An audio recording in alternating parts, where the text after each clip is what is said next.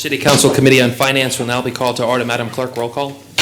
Councilors Kadim, Yes. Dion, Here. Kilby, Here. Lullaby LeBeau, Here. Lee, Here. Peckham, Here. Pelletier, Here. Ferrera, Here. President Ponti. Here, pursuant to the open meeting law, any person may make an audio or video recording of this public meeting or may transmit the meeting through any medium. Attendees are therefore advised that such recordings or transmissions are being made, whether perceived or unperceived by those present, and are deemed acknowledged and permissible. First item on our agenda this evening is citizens' input. There is a number of people who have written in for citizens' input. There's also one person who has signed up to speak, Carlos Caesar of 367 Frost Street, regarding taxes. Right up there.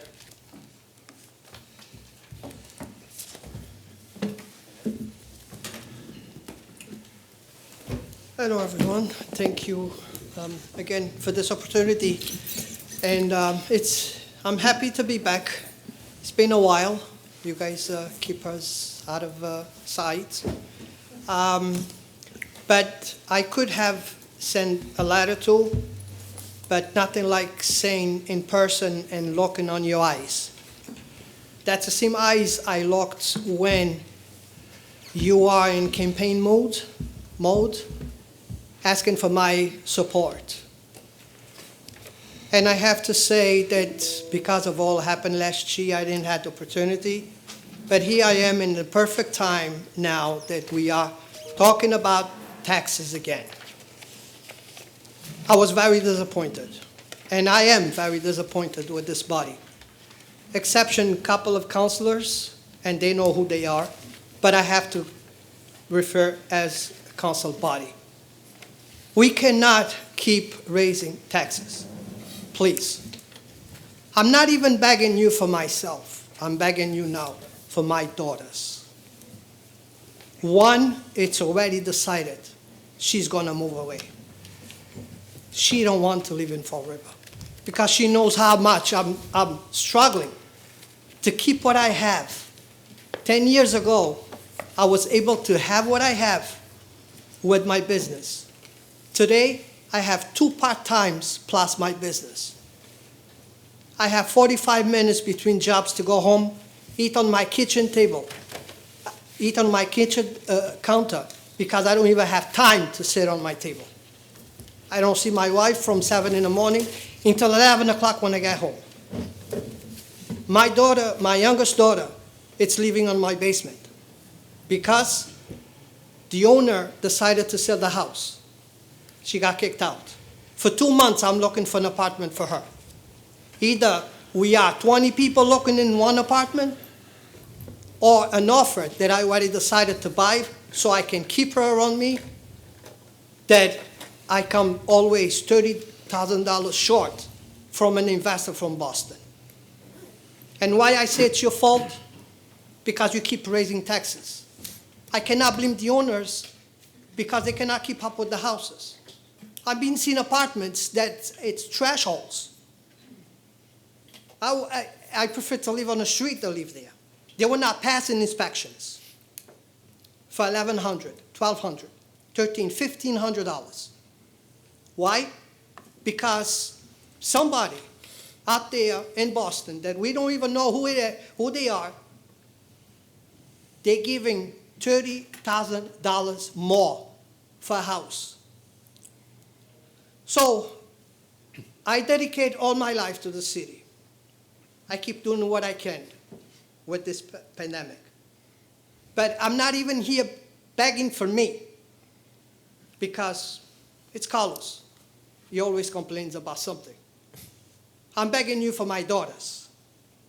Born in Fall River. I was not born here. I can move anywhere I want. But for them, I want them to stay in Fall River, to grow in Fall River. They have my grandkids in Fall River. But I think you all are part of the decisions of her. I'm not talking about nobody else. I'm using my family as an example.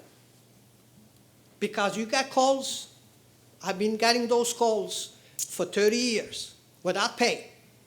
And I help everybody I can. So, please, this year, think of me, think of my daughters, and how many daughters we have out there. on the same situation, that they have to leave the city they grow, the city they were born, because 15 they have seconds. no chance to stay. Please think of that when you decided to raise tax again this year. Thank you. I'm Thank sorry. you. Thank you, Mr. Caesar. Madam Clerk? President Ponti, Vice President La Liberty, members of the City Council. Just when I said I was done on the superintendent, well, after looking at the school budget, I have to say I am disgusted with the superintendent to give himself a pay raise. You have to be kidding me. After him costing the residents and cheating the kids because of his bad choices that he has admitted to, and didn't want to even sit on a board, can in good faith think it's okay to give him a $25,000 increase after a month was taken away from him by the school committee is just laughable. As far as the school committee and the 5 who in my opinion are rubber stamps of the superintendent, all need to resign tonight. And should all take a month's pay cut as well. So glad we have Kevin and Paul, and I mean Paul Hart. The rest of you claim to be for the kids. I think you care about making sure the superintendent is being protected. We should have gotten Mr. Aubin when we had the chance. Great work on this city council for standing firm. Glad we have some elected officials that care. And in closing, Superintendent, please resign. The taxpayers want you gone. Thank you, President Ponti, for your leadership. Have a good night and stay safe. Dave Oliveira. Council President and members of the City Council, we are here once again looking at the water and sewer departments robbing the end user of water and sewer services by once again claiming increases for water, sewer, and the infamous rainwater tax. The rainwater tax does not increase or decrease the flow of water. Mother Nature controls the amount of water that falls from the sky, yet the sewer department insists on raising that fee, and once again this year, it is by another $1. So tell me where the sewer department has resulted increases because of the rainwater. Other cities across the Commonwealth, as a matter of fact, I believe that all other cities and towns in the Commonwealth do not collect a rainwater fee. I understand this was supposed to pay for the CSO project, yet the sewer department has found yet another source of revenue for the department and consistently wants to raise that fee, even though there's no increases in handling the water main. I want to call to your attention that last year Paul Ferland gave an estimate of approximately $20 to increase the average water user. This is a lie. The average home in the city is not a single-family building, and last year my water bill doubled from $300 to $600. The average home in the city is at least a 3-decker, and some are even higher. When Mr. Ferland wants to compare the average user, make appropriate estimates based upon the average number of units in the city and not just the single-family homes. Remember that a single-family home in Fall River does not consist of just 2 adults. Many have children, adult children, and other dependents. Now I call in a plumber to check all fixtures and pipes to determine why my water bill doubled, and there were no signs of any leaks or running water. I had all toilets, sinks, and fixtures either replaced or repaired, even if it wasn't necessary.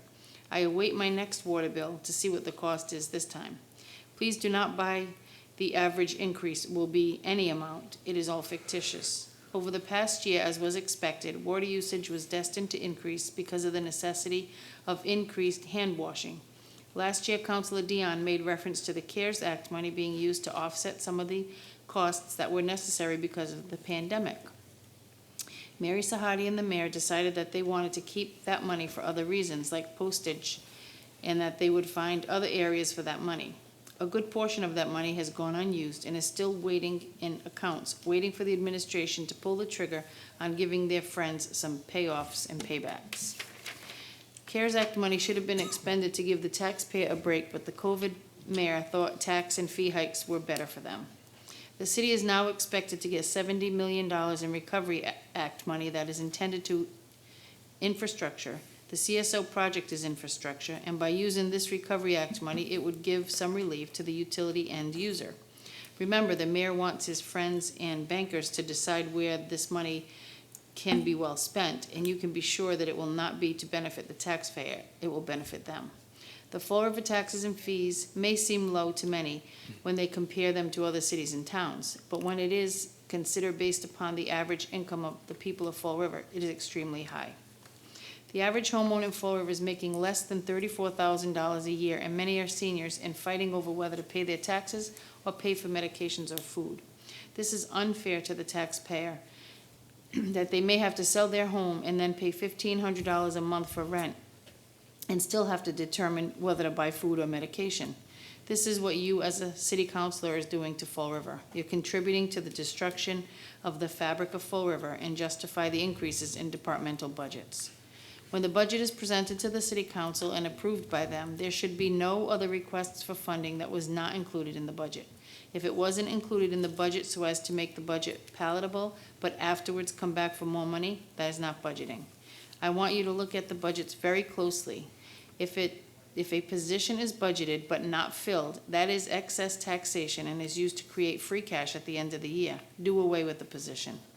It is time for a lean, no-frills budget, taxes and fees, and to make Fall River more affordable for the average taxpayer. We are not Newton, and we do not need Newton-like football fields or otherwise. We are Fall River, and we need to be lean on spending and taxation.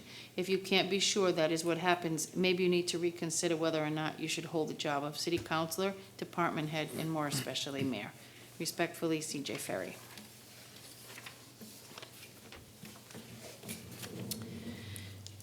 Good afternoon, Council President and members of the City Council. I just wanted to go on record in support of the Council President's statement calling for discussions regarding the school committee finally paying their fair share of capital improvement projects. For far too long, the school committee, especially the Committee of Four, has neglected in their fiduciary responsibility to the taxpayer of this great city. It always seems that the philosophy of the school committee is to try and spend as much money as possible because there's no fiscal obligation on the taxpayer when it comes to the school committee because they know they have financial backing of the city. We need to change the philosophy on the school committee.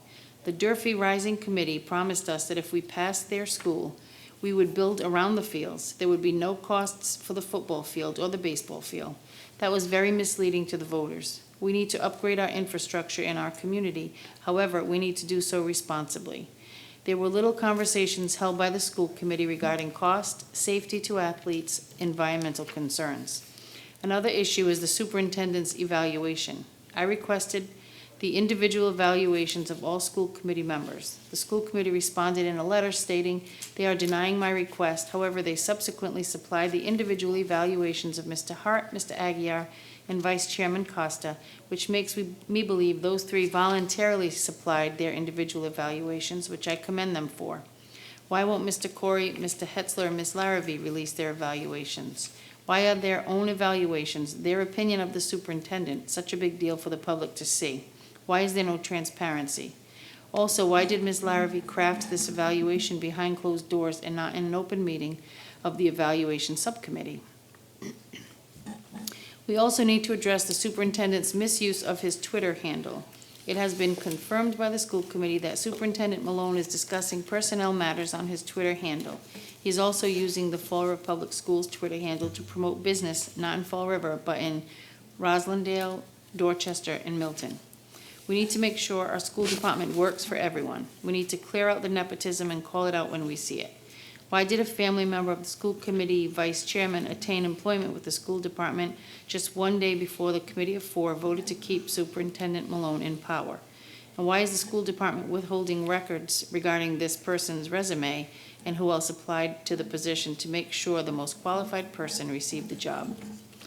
One great thing that happened recently, the school committee denied releasing the Malone investigative report, and the Secretary of State's office overturned the Committee of Four's decision. The report, redacted of course, will be released to the public, and the public will see, basically word for word, what truly and factually transpired, and they get to read it with their own eyes, and then they will know if the Committee of Four punished the superintendent correctly or if they neglected their duties for personal interests. And if the Committee of Four did indeed act incompetently and against the interests of our city, the voters of this great city will send the Committee of Four packing at the ballot box. And then in January, we will fire Malone. Thank you very much for your time. Respectfully submitted, Colin Dias. Now we have one last one. Dear Council President Ponte, City Council, and watching public. My name is Marcy Yitkin of Mohawk Drive. Thank you for reading my citizens' input. I'm writing today in response to item 3 in finance regarding the parks and fields. I was taken back when I heard from Ms. Vining that she has been fighting for her park and league for the past 4 years with the Park Department and Park Board.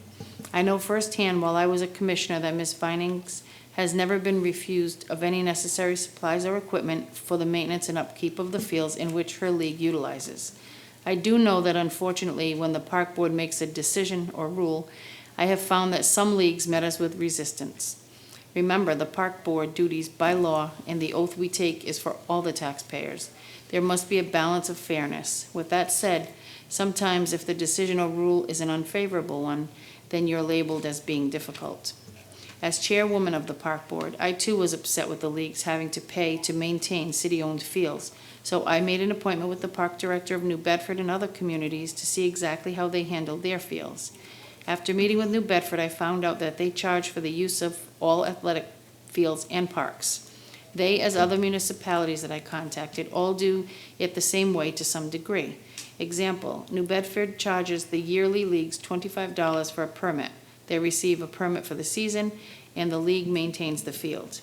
I would be extremely happy to share with you my finding if the council chooses to be invited. Please note, I feel it would be in the best interest for all council to review the nonprofit league's tax information that is listed on the Attorney General's site. In closing, please know, as a Park Board member, I have seen the good and bad that has transpired in this city. I want to state that this council has concerns about Superintendent Malone's behavior. I witnessed the Park Department Director, and including myself, being intimidated and bullied. This behavior is systemic within all city government. We can do better. Again, if you'd like to meet me regarding any of my statements, please feel free to contact me. We must do better. Sincerely, Marcy Itkin. Thank you very much. First order of business before us is transfers and appropriations. On item 2 on our full council agenda, it's the mayor in the order appropriating $1.738680 as follows: $1.282529 from the health insurance appropriation to school appropriation, $456,151 from the state and county assessments to the school appropriation. Mrs. Sahadi? We should take it. I know we had extensive discussions about this at our last meeting. It was the vote of the council to go back to you, Mrs. Sahadi, and have that come from stabilization, I believe, within the health insurance. If you can elaborate, please. Yes, certainly, Council President. So you are correct. We did have a long conversation with regard to the transfer that was on the City Council agenda for the last meeting. It was asked of the administration to return to amend that appropriation transfer to reduce the health insurance appropriation line to the tune of $1,282,529,000, and leave also the reduction in state and county assessments to the school appropriation of $456,151. Mrs. Sahadi, the $1.2 million go into the schools that will commit our 100% obligation net school spending from last fiscal year? The 1.738, that's correct. The combined, right. Yep, the combined would make us 100% whole in net school spending from FY 2020. That's correct. Councilor in seat 5, Councilor Lee. And this is just for clarification, for my clarification, not for yours. This was brought to us previously from, the funding source was the Employer Trust Fund, and this has now been switched over, correct? That's correct. Right. Initially, it was, the transfer in front of you was from the Employer Trust Fund. Yep. We are now reducing the health care appropriation in the general fund by the same amount. Thank you. I yield. Any further questions? Hearing no further questions, there's no motion necessary Motion to to refer to adopt. full council? Not necessary, it's already in full council. Hearing no good further done. business before us regarding this item, we're going to go to our next order of business, which is item 3 on our agenda. It's the Committee on Finance convened with the administration to discuss improvements and repairs to city parks and baseball fields. This first resolution before us was was done by myself and Councilor Peckham, whereas prior to the 9 C cuts in 2008, the then administration mandated that the Fall River Little League, the Fall River Youth League, and local Babe Ruth leagues take over the financial responsibilities for paying for and maintaining the lights at the baseball fields. And whereas our children, parents, coaches, and volunteer work tremendously hard to give our children the best experience possible during the baseball season, and whereas it has always been challenging for these baseball leagues to raise enough funds in order to maintain the lighting as well as their normal expenses, now therefore be it resolved that the Committee on Finance convene as soon as possible to discuss this matter, and the administration be prepared to present what the costs would be to the city in order to take this burden away from local nonprofit baseball leagues starting this year. That is also going to kind of work with item 4, but if we can just please keep our discussions on item 3 specifically to the baseball lighting, and then item 4 on our finance agenda is to discuss and have the presentation be made from the park board, with members of the park board and Mrs. Sahadi, to speak a little bit more about presenting a plan to improve our city parks and baseball fields. So with that being said, any questions, any thoughts regarding this? Council in seat 5, Councilor Lee? Just to reiterate what I was speaking about the last time we had this conversation, first of all, credit to Councilor Peckham and Council President to put this together, because this is a topic that I think is always getting overlooked for whatever reason or another. But I think there's a public safety component to this as well, and the more investment that we put into the parks, especially when we're talking about the lighting and just having more of a personal investment, not just a financial one, that's going to help a lot in public safety, in my opinion on that. So with that, I yield. Thank you. Thank you. Before we go, and I acknowledge Councilor in seat 6, Mrs. Sahadi and Mr. Perry, could you elaborate a little bit on what the costs would be for the baseball lights? I know there's a couple of parks that use lights more than others. I know Maplewood Park does, and I know there's representatives from Maplewood Park here who could speak on it as well. Yes, certainly, Council President. So we have with us this evening the chairman of the Park Department, Joey DeSilva. I'd like to invite him down, as well as Nancy Smith, Sure. who is the division manager for Parks and Recreation.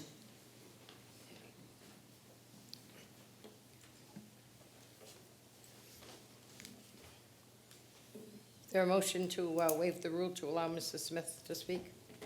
She's Oh, a no. department head. She's a division manager. Okay. We don't need that.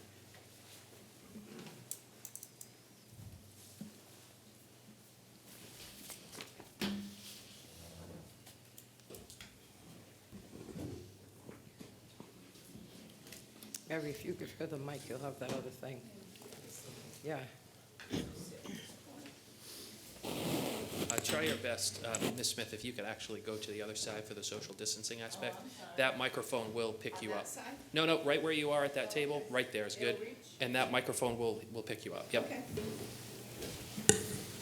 Okay, fire away. Council, question, thoughts? Mrs. Sahadi, the question was, what is the costs for picking up the expense for the lights on fields that use it to play, such as Maplewood Park is the only park that I can think of off the top of my head that have more baseball lights in use than any other park? So again, the Park Department, or the Park Board, would be better able to answer that question, but at the moment, the way I understand the policy and procedures to exist is that the bills go directly to the park league. So in terms of what the cost is, I'm unaware of what the cost is. The city is not paying those costs at the moment, and I have no access to those bills in terms of what the actual cost is. The leagues, and again, Mr. DeSilva and Mrs. Smith can speak to it specifically, but they have the ability to turn on the lights and turn off the lights. And as I understand it, during the 9C cuts or sometime around that period of time, these leagues were allowed to advertise on the fences, and that was going to be the offset for the cost of the lights. So I guess the answer to your question is I'm unsure of what the total electric bill would be for turning on the lights in the parks that do have evening games. Does Ms. Smith or Mr. DeSilva have the answer to that question? So right now, Counselor, if you don't mind, Please. we've been trying to pinpoint what that dollar amount will be.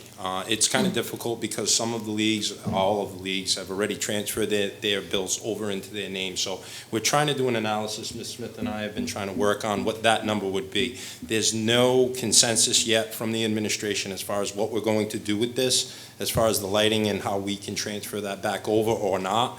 So we're still working on that. So unfortunately, from my end of things, we're not really prepared to talk about a cost or put a solid number, but we are actively engaged in trying to get to the bottom of that and come back to you, this body, with an answer. So that's where we are. Ms. Smith may have some minor details as far as the cost of lights, but since they've been in the league's ownership or bill schedule for that long, we're not sure where the bill stands at this point as far as what it would be monthly. Okay.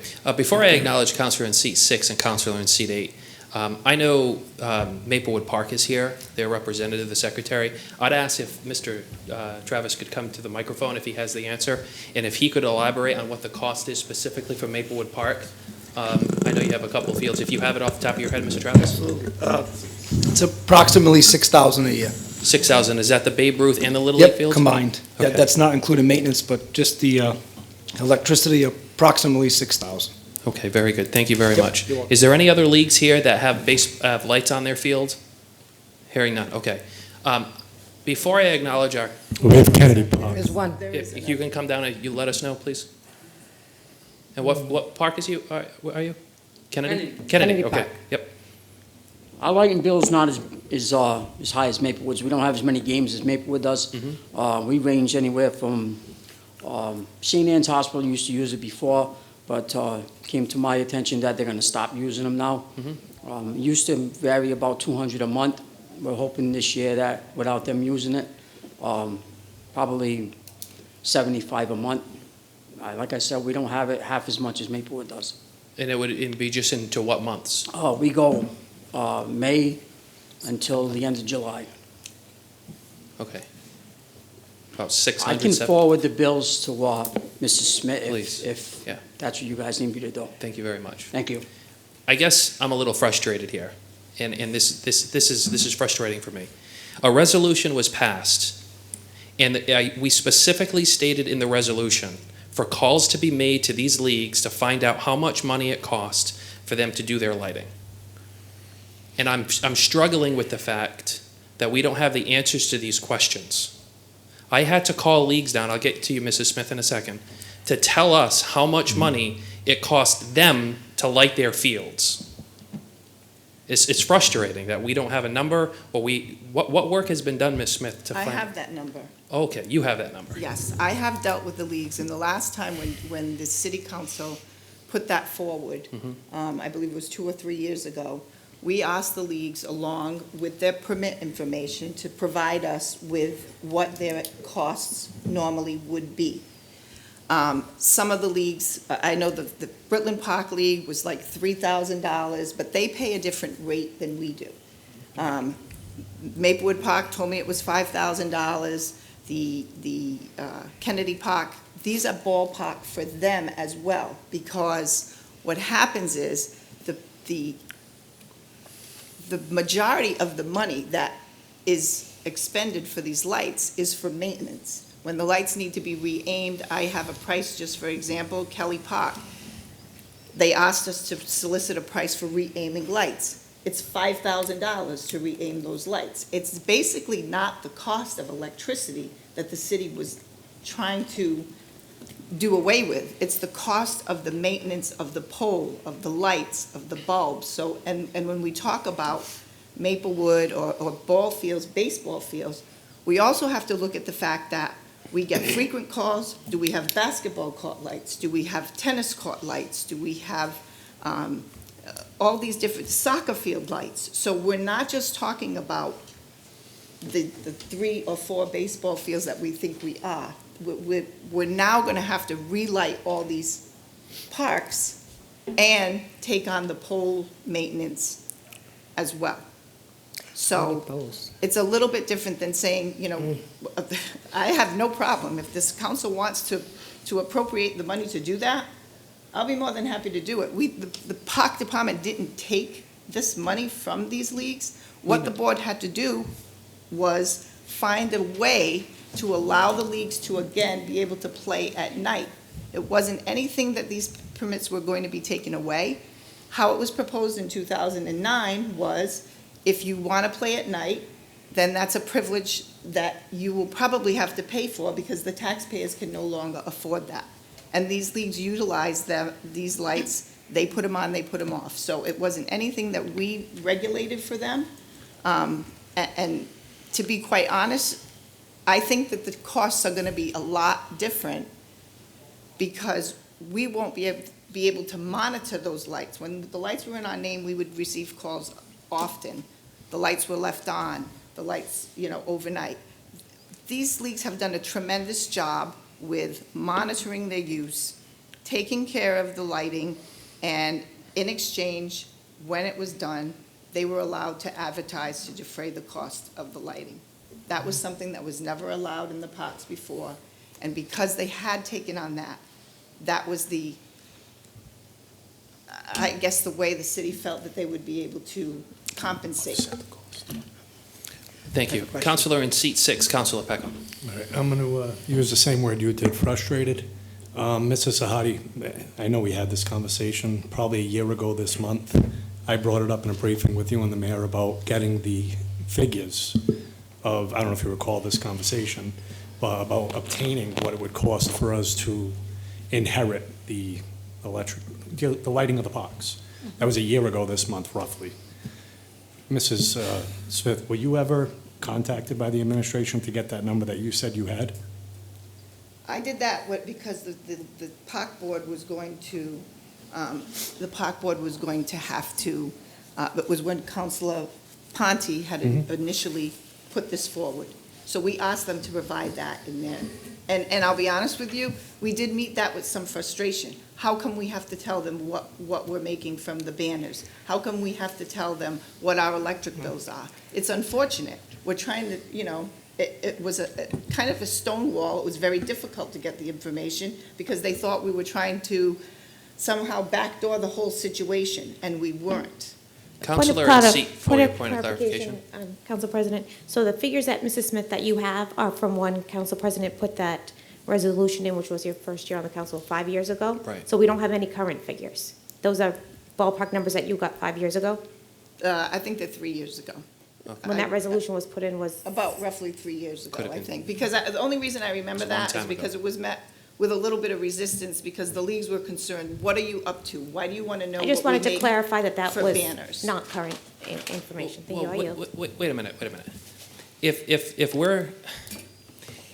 If we're sending communications to these leagues and we're asking them, there's a resolution that was filed, councilors are trying to find out what the costs are for these baseball lights, like, this isn't a task that is overly challenging, is it? To call the presidents of these leagues? No, but If they the don't wanna tell challenge them. is for them to provide it for us. Provide what? The Information. documentation and the billing. There were some leagues that did not want to provide it to us. Another point of clarification, did anybody call the leagues prior to this meeting this year? Regarding, The resolution? The resolution to how much the cost would be? Anybody know what the current costs are? Did anyone I've call had the league? conversations with them, and they're pretty much the same. Like Maplewood had come here and said it's $5,000. I have had That's crazy. conversations with them. So what is the number? I don't know. We won't know a number because when the lighting is put in our name, because we have solar farms and all that, we pay a very different rate than what these leagues pay. So the city of Fall River used to get 2 or 3 bills for that one location in comparison. To be perfectly honest with you, when I first got this, I believe it was Mr. Patello or whoever was in charge of his league at the time said, I paid less money for that than I paid at my house. But he doesn't use the lights often.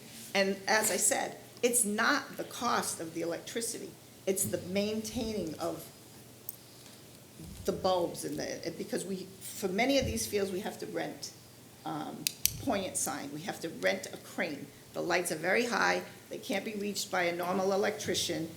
So this is not a number what I can tell you, that is in 2009, when we last had these bills, and the 9C cuts, about $15,000 to $20,000 was cut from our budget at that point. And that's the last time I have had any type of involvement with ball field lighting. Councilor Peckham, you still have the floor. Thank you. Now, my issue with this is, I know when I balance a checkbook, and I'm sure the leagues, am I correct, you guys balance checkbooks? In there would be a national item, National Grid item, because you pay an electric bill. I'm sure it wouldn't take that long for you to accumulate what you spend in a year on electricity. It doesn't seem like a major task. Again, I asked this question about a year ago. And I know we've had a lot going on, and there's been a ton of other things, COVID and whatnot, and this obviously takes a backseat to a lot of the major pressing issues that the city has. But to ask Maplewood, Kennedy, or Dumont what they pay for electricity in a year, if you call me tomorrow, I'm gonna open up my checkbook and I'll tell you what I paid for electricity for the year. Not all leagues are that forthcoming with that Well, information. now that there's a resolution filed and I'm trying to get their electricity costs covered, I'm sure that they'll be more than willing to give you the numbers now. Hopefully. So maybe from here on out, we can start the legwork of getting the accurate number, because I filed this, is this the second time this resolution's been filed? And still nobody has, nobody knows how much electricity costs to light the ball fields.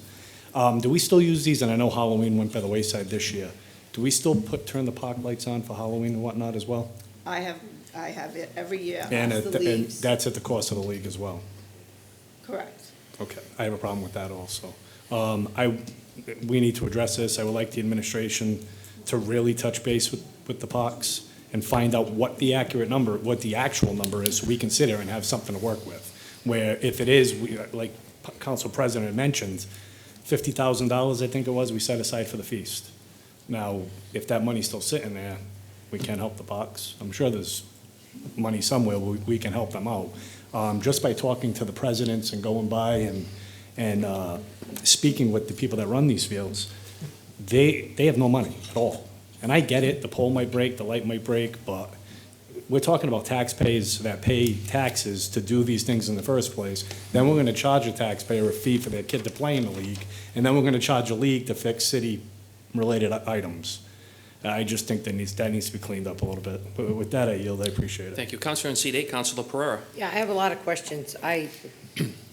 Having been around for a bit, I remember there was one time that the league was going to be able to advertise, and whoever was going to do that ended up leaving, and then the bill what people had paid to advertise never got advertised.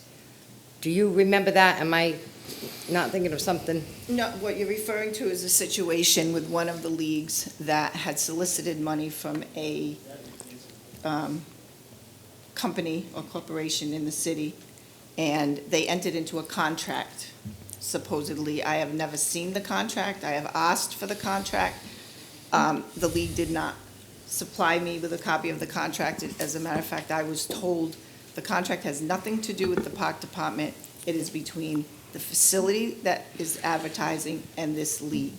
And my response to that was, if the advertising is being done in city parks, then it does have to do with the park department. But to answer your question, I don't know what the result of that was. I did hear the same thing, that there was an issue with someone collecting money and not advertising. And then they didn't advertise. I The other don't- thing I is, have with all the nothing to do with lights that. that you have around the parks, and you and I have talked on different occasions about putting, solar panels on top and giving light, and you explained the whole diameter, how the lights have to shine, et cetera. How many light poles do we have in the city, in these parks, that the city is going to be responsible for maintaining or taking down because of their age?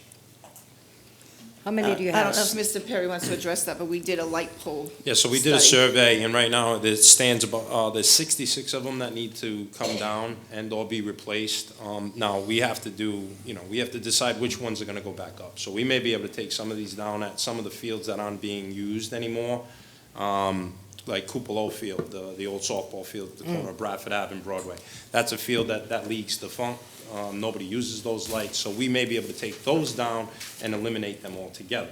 So we have 66 that need to come down and are in dire need of repair. How many go back up would have to be decided based on how many leagues are still thriving and what they need for lighting. So That's where we stand. That's part of our, What is the cost for taking down, or even to just take down one of those? yeah, just to take What does down it a cost? pole, is gonna cost about anywhere from $4,000 to $5,000. So take it down, cut it up, remove it, Okay. take the lighting apart and things of that nature. And that's for about 66 that need to be fixed? Correct. Or removed. How many leagues are there that use the lights? I go by Columbus Park all the time. I don't know if they charge kids, if they're for free. I don't have any young children that are in sports, so I'm kind of a little bit out of it. Do they all do games at night? Is it a certain age that they have at night? That's What's that, primarily- Nancy? That's primarily up to the league, which of their age groups play at night. Maplewood has a younger, a field for up to their 12-year-olds that have lighting, which they installed. And they also have a Babe Ruth, which is the older, up to 18 years old. They have a field. How many leagues do we have in the city, Mrs. Smith? Well, each year has diminished a little bit. Okay. Over time, and we've had that conversation about baseball fields that were used in leagues that were prevalent are no longer there. So we now have 3 youth leagues. Baseball, we have men's softball, we have adult baseball, we have soccer. So all of these youth organizations, we can't just say we want to do baseball, we have to do it, and there are tennis organizations as well that have come forward. Do people pay to play these sports, or is there a donation? I just don't really know a lot about how these work. You have to but sign up, you who pay a pays fee. for the dirt, the soil, fix up We the do. field? Do they do that? Actually, it's a collaboration. Each year, at the beginning of the year, each year I buy over $15,000 worth of, for whatever ball field materials they have. What happens is, this week, these upcoming weeks leading up to their openings, the park workers would go, do the work on their field or work alongside them, we give them materials. They have field cleanup days, so the leagues do participate. But what we do for the leagues that choose to have us do this, some of them would prefer to do them themselves. We do the field with the materials we have, and we also leave a load of dirt outside. So at the beginning of the year, the city of Fall River prepares the ball fields with the leagues. If we can get back on track, we're going to get to that Okay. at the next item on our So agenda. how many of those fields do you have that people need lights? Because you said some Lights, don't use lights. How many fields do we have that pay for lighting? I would say 6 to 8 fields, Six. that would be including men's softball, because you have Lafayette, Chew, Maplewood has 2, Kennedy, Father Kelly Father Kelly, North, no, that, in Britland. yeah, Brooklyn. In Britland. All right. I mean, I'm just concerned that you have 66 lights that you've got to either repair or take down at $5,000 a pop. And I don't know about how you're fixing them, John. If you had to fix a light, Mr. Perry, you don't know what that cost would be. It would depend on what the light fixture needed. It would depend on what the issue was. Right. It could be a breaker, it could be the light itself, could be one of the shields around the lights. Right. So we do those repairs if need be. We hire a contractor, Bishop Electric, for example, and he'll go up and assess the situation and do the repair. Okay, with that, I yield. Thank you. Thank you. Counselor in seat 5, Counselor Lee. Hello, thank you for coming down to the floor. This is more of just based on your experience, my questions based on your experience. The resolution talks about 9C cuts in 2008 and making the leagues responsible for paying for their own service, however it goes. You also said that over time, there's been a decline in participation in leagues and also definitely a decline in the quality and preservation of the parks in itself. Would you say it happened around that time? Over the years, we've had cuts, and we have relied as a so public-private partnership. In order for these leagues to continue, we used, the resources that the leagues were able to provide. Yep. And I really have not had, and you can speak to them here, I have not had any complaints from the leagues about how we've been preparing fields, working with the lighting. We did have one situation with the lighting at one particular location that is shared. Most of these lighted fields that are used are used solely by that league. So they're not sharing, they're not paying for the lights for someone else to go there. We did run into a situation with one of our fields that is used by multiple leagues. The meter was put in one of the league's names, and then they were charging other people to utilize that field on a particular night. And it was exceeding the cost of the actual electric bill. And that was something that came before the park board for discussion. And we have since put that meter in the park department's, back in the park department's name, because we can't have someone charging someone else over exceeding the amount of what was used. So that was a problem, so we took that back. But for the most part, the field that is lighted is used solely by that team. So I can understand what you were saying before. I actually can understand the point of view of the leagues when they, in 2008, 2009, when they weren't trustful of the city asking those questions, how much you make, how much are you spending, things like that, because especially at that point in time, I think when you had all these cuts happen, a distrust was initiated, basically, as far as how can I trust the city if they're not going to help us fund our programs or anything like that. But now I think that Council Peckham, Council Ponte, and I think many of the council are looking to go back into reinvesting into the parks and going back to what we were before those 9C cuts. And I guess my question to you about it is, based on what you said to me just a little while ago and what you said to us overall, would that investment, do you feel like that investment would result in more participation and a rejuvenation of the leagues in itself? I'm not sure that that has anything really to do with it. I think it's just a changing times. I think that, there's not as many kids. Kids like their video games. I think that it may have been taken a turn where maybe soccer, it may be the trend over baseball a little bit. I mean, it's a shift. Yep. But that's not anything that I would be able to predict down the road. Yep. I mean, the soccer numbers seem to be holding steady, but we have had quite a few baseball leagues that are no longer operating, or their numbers have gone down. I mean, we're down to one little league in the city of Fall River now. When I first started in the park department, there were 7. So I think it's just a sign of the times. And then I'm sorry. Councilor, if you don't mind too, I just want to expound on that a little bit. So I think where you're going is do the transfer of the lights to the leagues correlate with a reduction in the league's success, enrollment? Participation. Participation, yeah. okay. I don't think they correlate at all, to be honest with you, for a few reasons. As Ms. Smith said, today's day and age is different. So video games, social media, streaming services. Kids like to be inside on their equipment. And baseball itself is less popular than it used to be, right? And that's the second point. Soccer has really kind of come on as the premier sport now. I'm a traditionalist. I still love my baseball, but at the end of the day, they've branched out. They've gone in other directions. So I don't think there's a correlation between the two. And then one other thing I want to make sure is clear.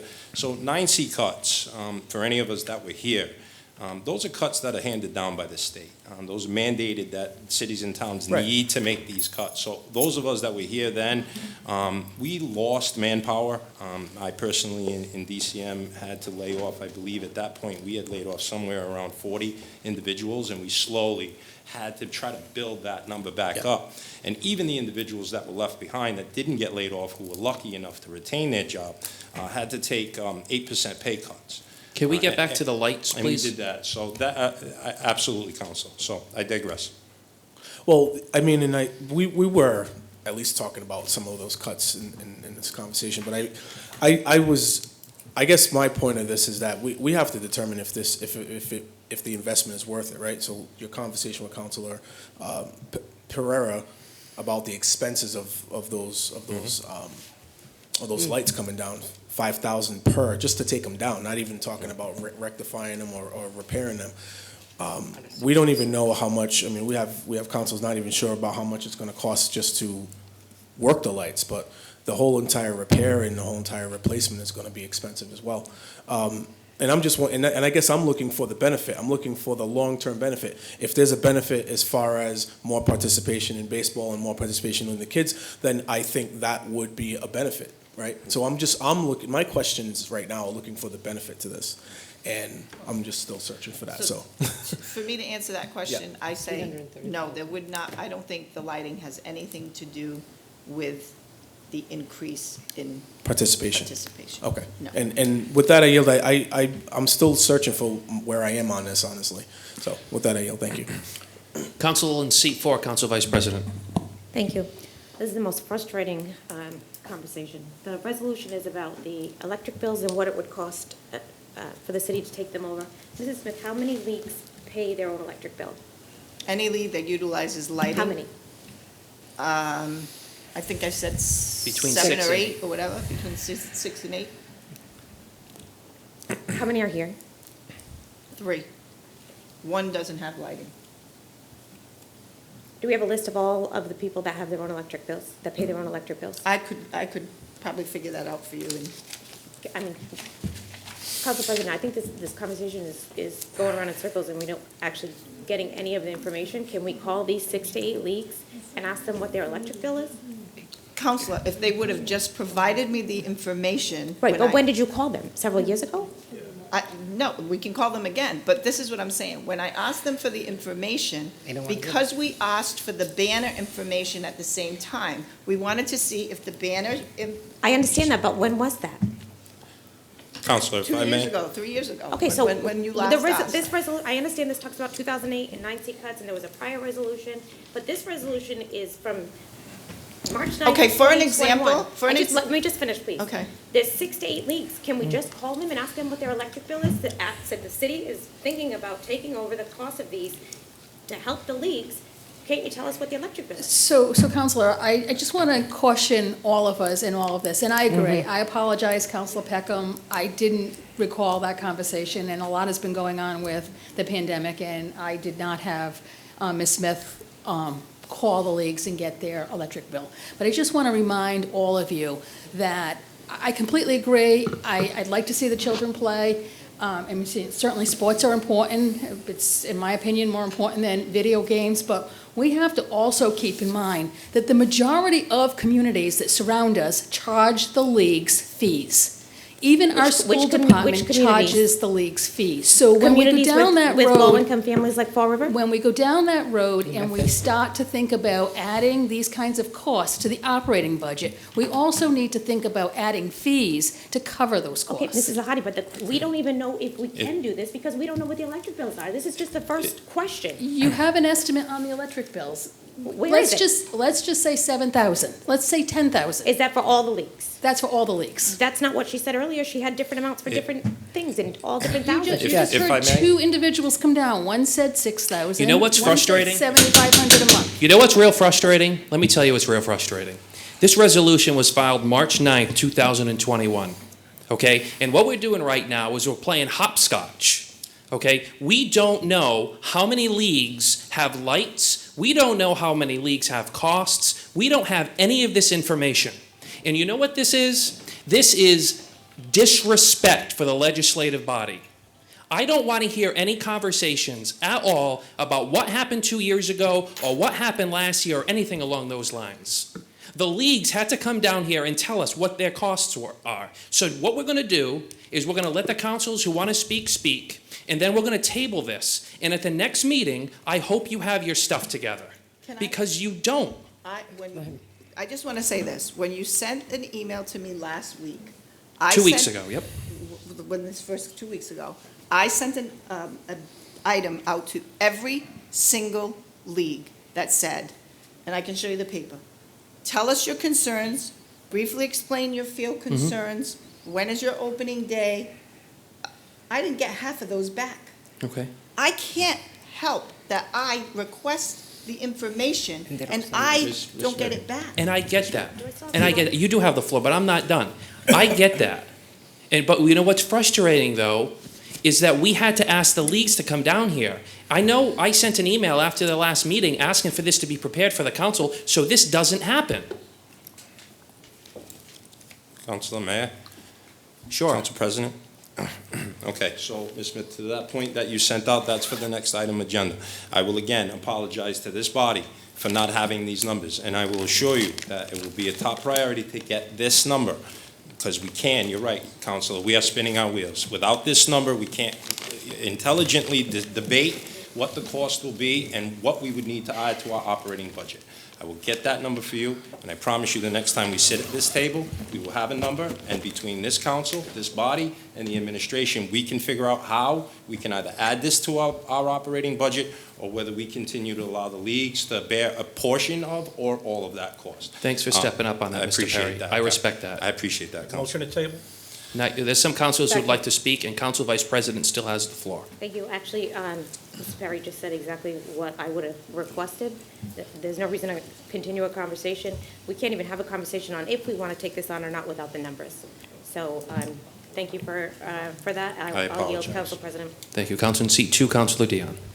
Yes, the only thing that I would like to add to this is I think we need not only the amount of money it costs to operate the lights, but I think we also need to know what the revenue is from the advertisement to offset the price of the electricity, because they were giving the ability to sell advertisement to offset their costs. So I think on the flip side, if the city were to take the burden, then the city should also be allowed to sell the advertisement to also offset the cost. So I think it's important to know both financial factors, not just the cost of the Okay. electricity.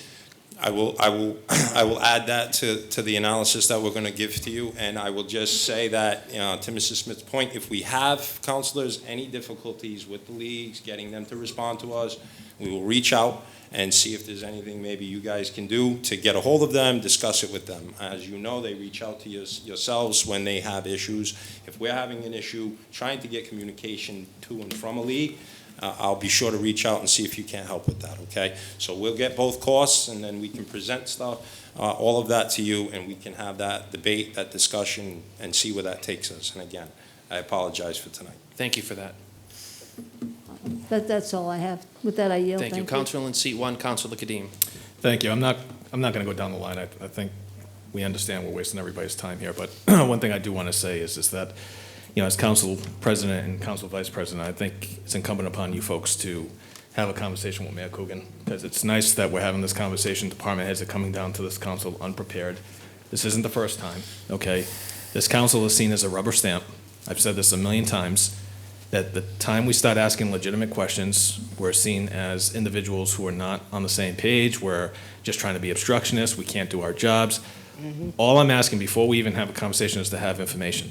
So quite frankly, while the folks are here, this is a reflection on Mayor Coogan, okay? He is the mayor. He's the one that is sending down department heads. He should be sitting down with departments to make sure that anybody coming down is prepared to answer questions for his administration.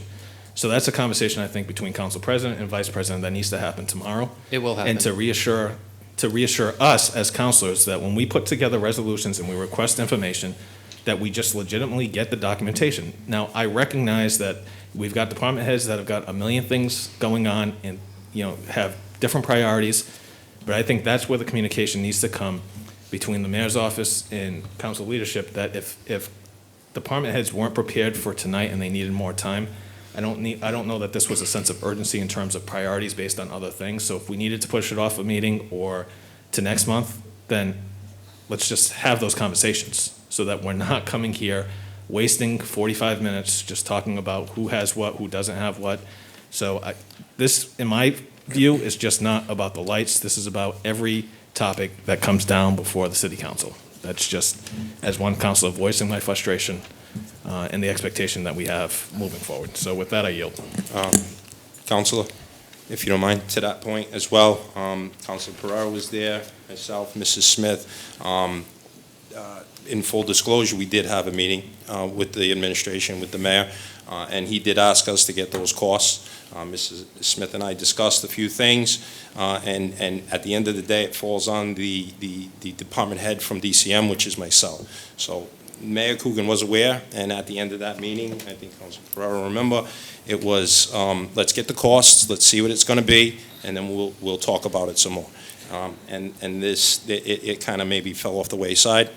So I just want to be honest about that. So Mayor Coogan did engage. We did have a meeting, and the ball was dropped, but not in his court. Not on this particular item, Councilor. So I just with want all to due be respect, honest. I appreciate. I just want to be honest. Yeah, with all due respect, I appreciate and you taking accountability for the actions, but I mean, we're going to see other items on the agenda that, quite frankly, we've been talking about for a council to get information before us. You know, we continuously, and again, it's not just your department, Understood. it's departments across the board. Understood. And at the end of the day, you know, I know there are department heads that will take accountability for it, but Mayor Coogan is elected to be the mayor. He's in charge of running every single department. We are a legislative body. There are things that are not being presented to us, or we're not having conversation. We have briefings. We have briefings with the mayor, you know, before every single council meeting. But I will tell you that there are things, and now there's the water and sewer budget coming before us. And quite frankly, I had a conversation with Council President today. You know, I was one of the biggest proponents trying to get that water and sewer budget passed. One of the first things I said was, immediately after we start approving this water and sewer budget, we need to have conversations about the rates and how we're going to make sure that the rates don't continue to go up. That was a year ago. We've got water and sewer budget coming before us. We haven't had that discussion, not once. So it's not just you folks, it's across the board.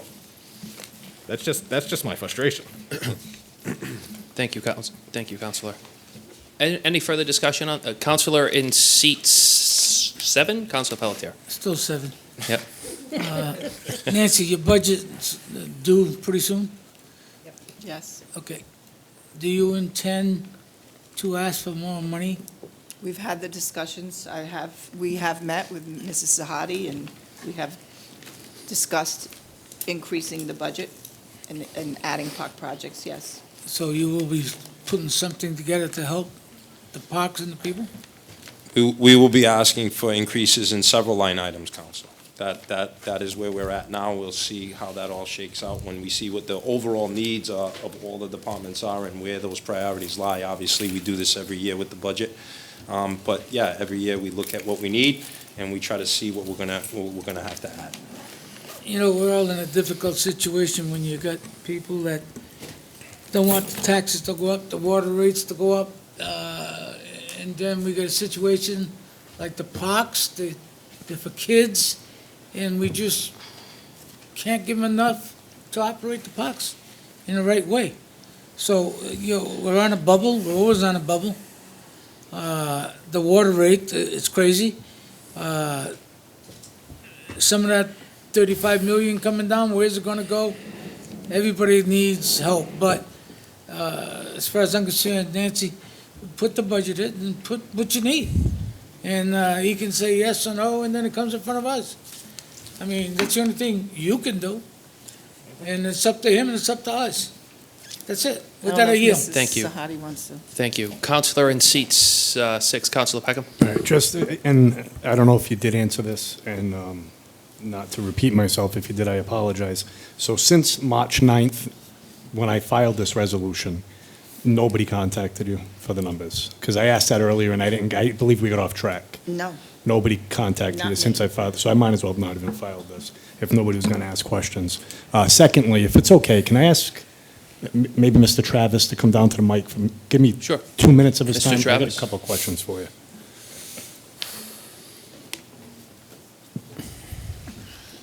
Hi. How we doing? Good, thanks. All right, so knowing baseball in the city, I know your league it does well for the Yep. most part compared to others.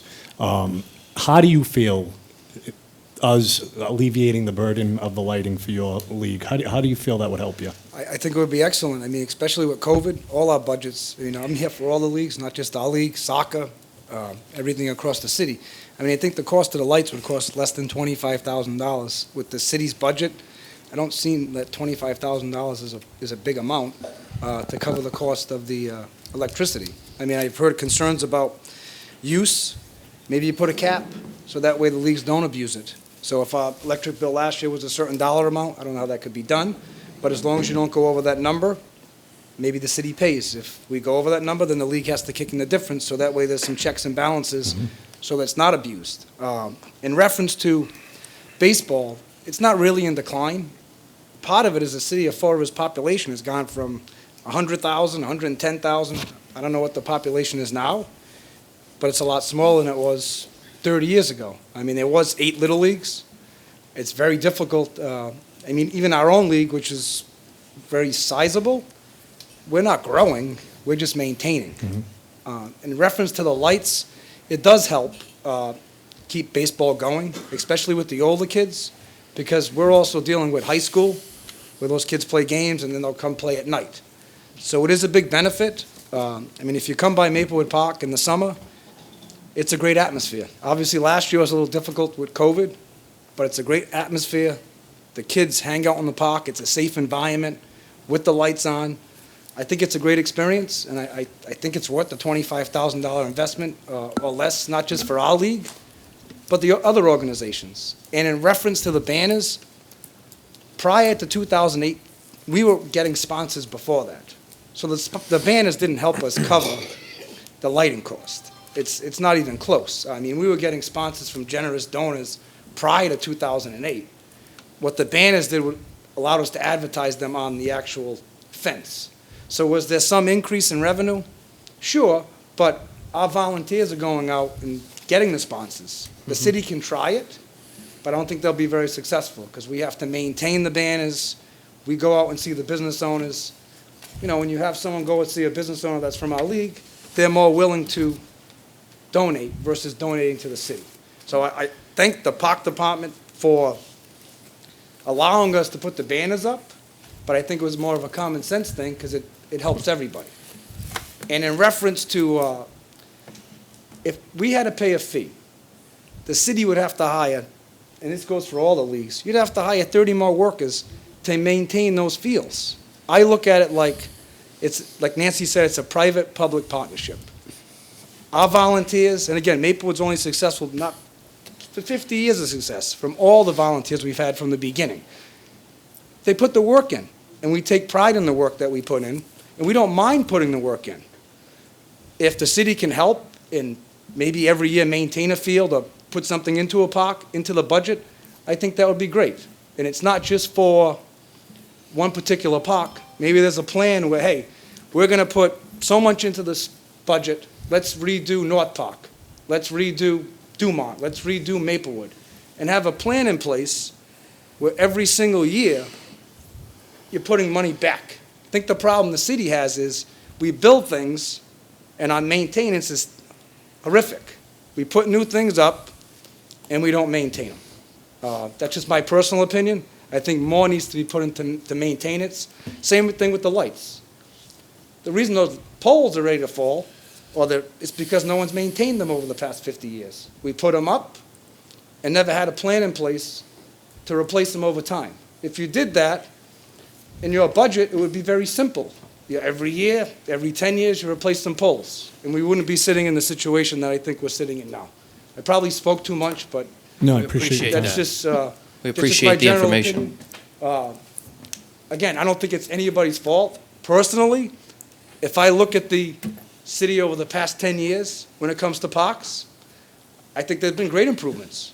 And a lot of it hasn't come from the city budget, it's come from grants. If you look at all the different parks, fencing, Bayside, Kennedy Park, Maplewood, it's been a ton of improvements. But I think they're getting it from grants versus coming out of the city budget.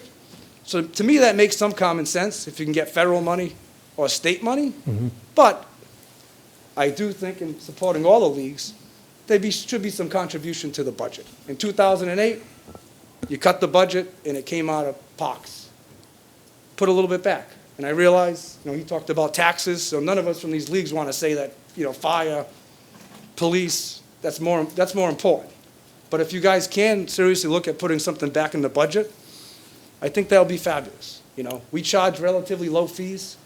I mean, we charge $65 to $90. We're not charging a lot of money based on the environment that we're in, but we have volunteers. I mean, that's our success, is all the guys in the past. I mean, Mr. President, he umpired in our league many, many years ago. So that's where that's how we succeeded with the volunteers. Point of information, I umpired with him when he had hair, Yeah. too. Oh, he was- We he was- both did. He was pretty bad, though. I don't know. We actually had to stop paying umpires because, I only tossed him out of games like twice, so.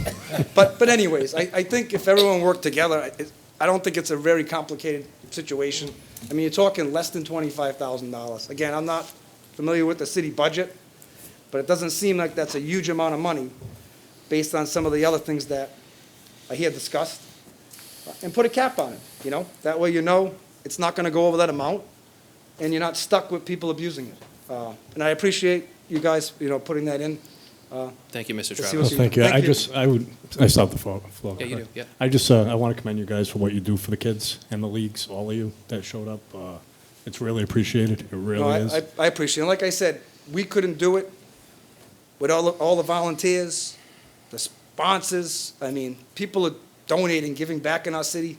And that's one of the best things about Fall River, is people give back. I mean, we may not be, someone said Newton, but it's Fall River. People give back. We got people that volunteer. I mean, I can call guys now that were in the league 30 years ago, and if we need a hand with something, they're there to help. So I think, and Jay's the president, but I think the biggest pride we take as a league is we put back. And when you drive by the park, you see how nice it looks. So I don't think it's personally the city's full responsibility to take care of those parks. We don't pay a fee, but I think that benefits you guys because we maintain it. Like I told Nancy, if you guys want to charge a fee, that'd be fantastic. We'll pay the fee, but the city will never be able to maintain it the way that we maintain it. So it's really a public-private partnership. So my recommendation when it comes to the fields, put something in the budget. Have a plan. Every year, we're going to work on this park. And just kind of do a different park every year. I know many years ago, I mean, I've been around a long time. I used to actually manage against Cliff's team, but there was a program at one time where they go resod all the fields every few years. And I think Nancy's familiar with that. Maybe that's something you guys can put in some type of program. And it won't cost a lot of money. It's just simple economics of budgeting. But again, I'm talking too much. Thank you. Thanks, guys. Thank you, sir. With that, I yield. Thank you. Thank you. Hearing no further discussion, motion to table has been made by Councilor Kilby, Second. seconded by Councilor Lee. All those in favor? Aye. Opposed? The ayes have it. Thank you. Next order of business is the resolution that was filed on behalf of the entire council after citizens' input last week, whereas the city parks are in need of repair and whereas baseball leagues are independent and do fundraising on their own, now therefore be it resolved that the administration prepare a presentation to address the needs of the city parks and the needs of the leagues, and be it further resolved that the administration and the park board be invited to a future meeting of the Committee on Finance to present a plan to improve our city parks and baseball fields. Mrs. Sahadi. And I do know you have a presentation on this item. Thank you. Yes, I do. Thank you, Council President. What we did as a group was we looked at the park projects and the funding partners that we've had over the last 10 years, and what those investments have been in our parks. And we looked at really the capital improvements, so the city grants and their matches, as well as any monies that would have been provided to us by the Community Development Agency or by community preservation. And what we've done for the benefit of this council is put together a summary of the last 10 years' worth of the investments. So, and we'll look at each park and what we have done for those parks, but just in general, we have really touched each and every park throughout the city over the past 10 years, and we've actually spent $9,735,000 over the last 10 years on various parks and park projects. When we looked at the parks and the park projects, we broke them down. Mrs. Smith did have some great documentation that she was able to keep from prior years, as well as the city auditor and Mr. Mike Dion. So what we did here was gave you an overview of each one of the parks, and we can go through them all individually if you'd like, but what parks, what we spent on them, and what new features that were added to them. So Abbott Court has the backsplash and the fencing that was added to it. They just got a new basketball court, and their total expenditure was $254,000. These are in alphabetical order. Etna Street Playground was completely renovated. The cost of that was $291,621. We worked on Britland Park. That's the soccer field that everyone talks about. $874,000 we invested in that soccer field for the children to play on. Chew Park had a number of projects that we worked on there. The baseball field has been improved at $167,000. The basketball court and the splash pad was $185,948, and we did some new fencing at Chew Park as well at $121,000. The total amount spent on Chew Park, $520,635. Columbus Park, that's where the bocce courts are. New basketball courts, $226,400. Pathways, $30,000. They also received new ball field fencing at $32,000. The total spent at Columbus Park, $288,400. Damaris Park is going to be revitalized this year. They're in the 2021 budget at an estimated cost of $150,000. Father Kelly, signage, some walkways, some benches. Total cost of Father Kelly, the investment, $137,877. Father Travassos, as you know, that's where the big splash pad is. That was a complete renovation at $2,229,000. Griffin Park, again, new park, new playground equipment, $279,000. Total investment there is $280,000. The basketball courts were completely refurbished at Highland Park, cost of $500,000 there. And that park, as you all know, is used often, especially during the pandemic. We always saw children playing there. Kennedy Park, the overlook was money that was set aside by CPC. It's still being worked on. The pools, also CPC money. That was when we backfilled those pools that were down at Lower Kennedy Park. The granite wall, we invested some money in. We had the inclusion playground at $428,000. The basketball courts have been repaired and replaced at $146,000. The baseball fencing and backstop, $86,000, and some sidewalk work around Kennedy Park at $259,000. We've invested $1.2 million in Kennedy Park in the last 10 years. Lafayette Park, the skate park, $50,000. Baseball lighting, $121,000. Maplewood Park, the tennis courts and the fencing, $86,000. We did new basketball courts, $48,000. We did the fencing in the backstop. If you remember, there was an issue with the backstop there, $146,000. They too got a new playground, $87,000. The total investment was $369,000 in Maplewood Park.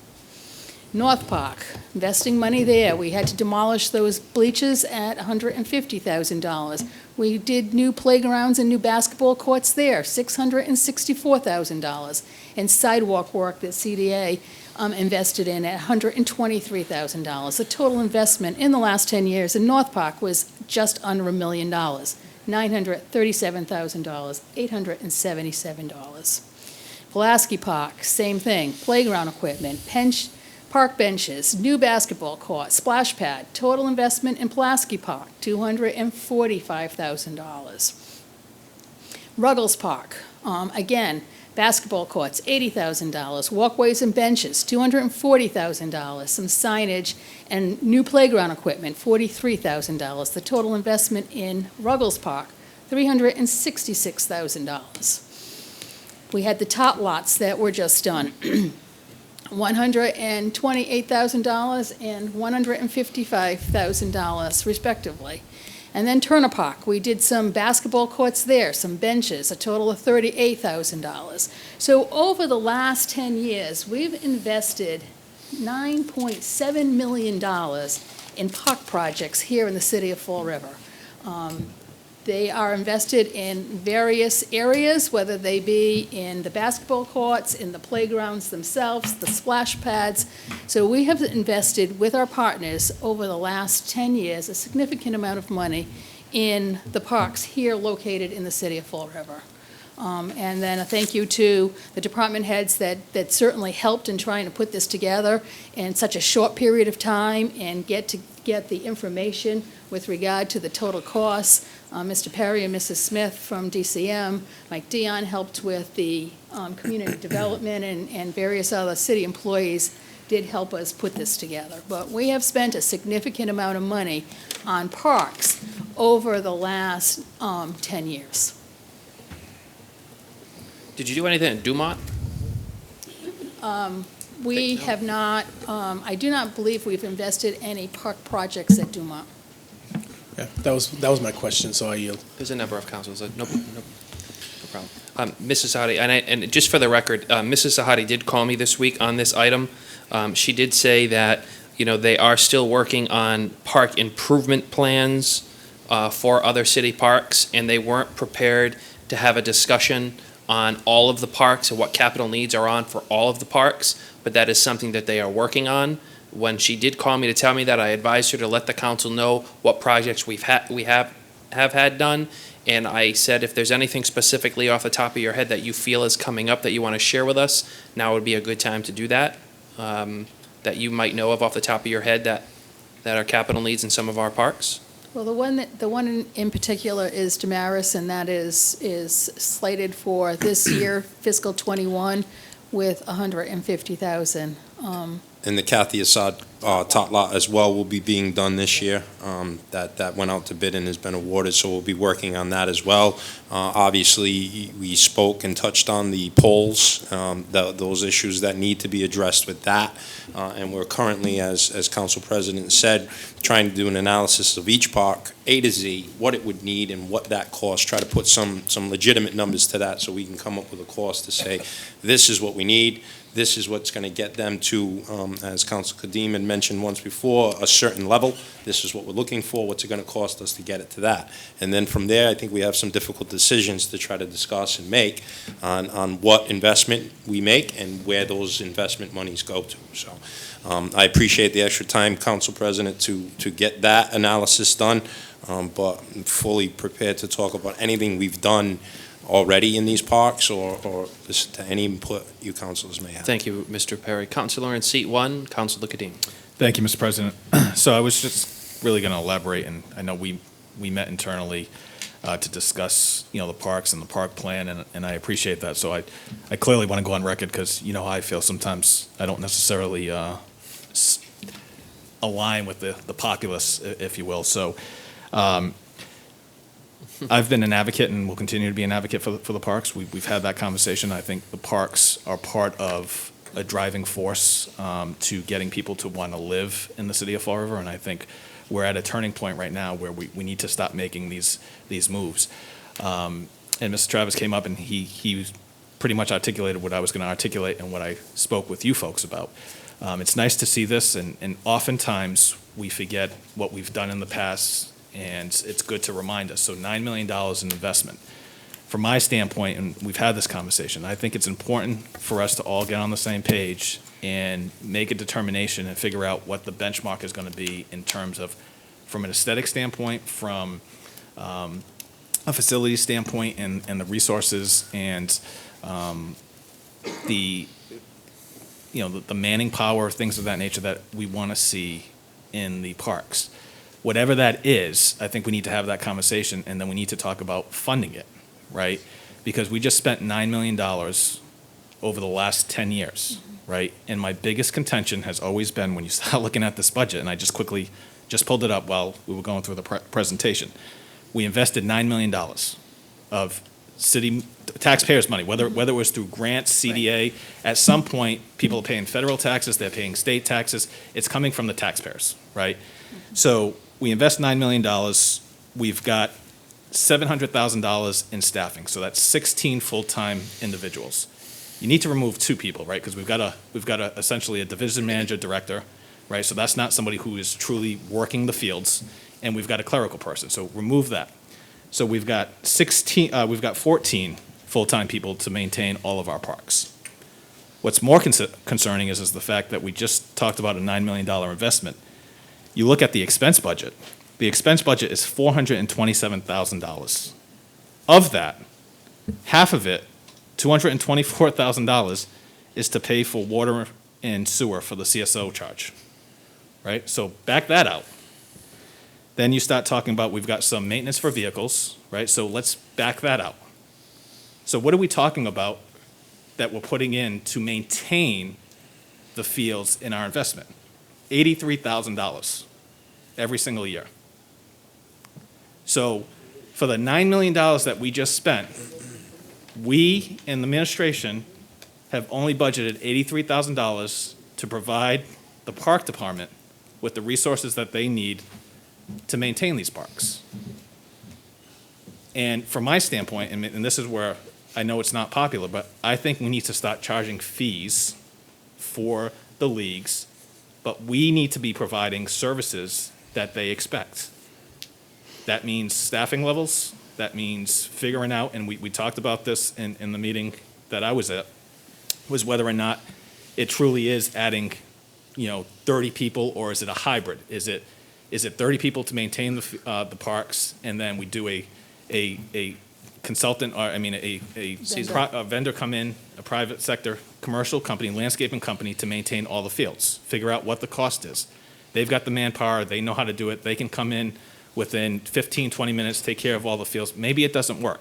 Whatever it is, we need to have those conversations, but we need to first identify where we want to see and what type of standard we want to see for the parks, and then what does that look like in terms of manning, what we need for expenses and supplies, and then come up with what we would say is zero-based budgeting. This is what it's going to cost to maintain these parks.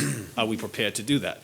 What I will say is that we need to continue to do the public-private partnerships, but we also need to do a better job of leveraging the monies, CPA money, state, federal grants, things of that nature, because at the end of the day, we need to reallocate some additional revenues so that we're lifting the burden from the taxpayers, right? And if we're going to the 2.5, that we're focusing on that tax money on police, fire, and other departments.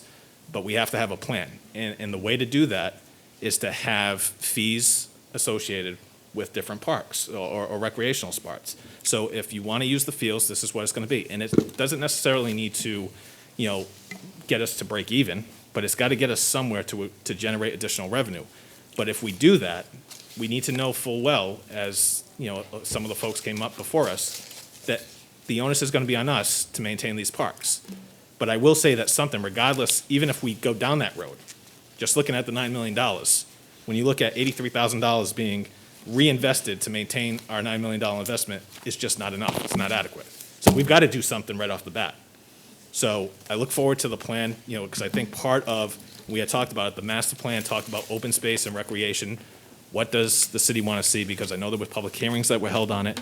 Are we, going in that direction? Do we need to make changes? What does the long-term capital improvement plans look like for the parks, so that we have a priority in terms of what we want to see for improvements? And I think, again, this is going to be a partnership between, the park board, the administration, and the council in terms of, do we really want to fund and see our park department change? Because it's been too long. And I think what people fail to realize is the park department doesn't just focus on the parks. Drive up Plymouth Ave, Easton Ave. You'll see them cut the islands. That's the park department, right? And I know people don't necessarily think about it. All the greens, they've got to go out there and cut that. So we're talking about 16 people who are trying to maintain all this property. So let's just look at the square footage of the city, divide that by 16 people. Do we think that any normal person would be able to do it, or any normal business would be able to do it with 16 people? No. But it comes back to being sustainable. So what is sustainable? Is it 30 guys, or people, I should say? Is it 15? Is it 20? Is it 50?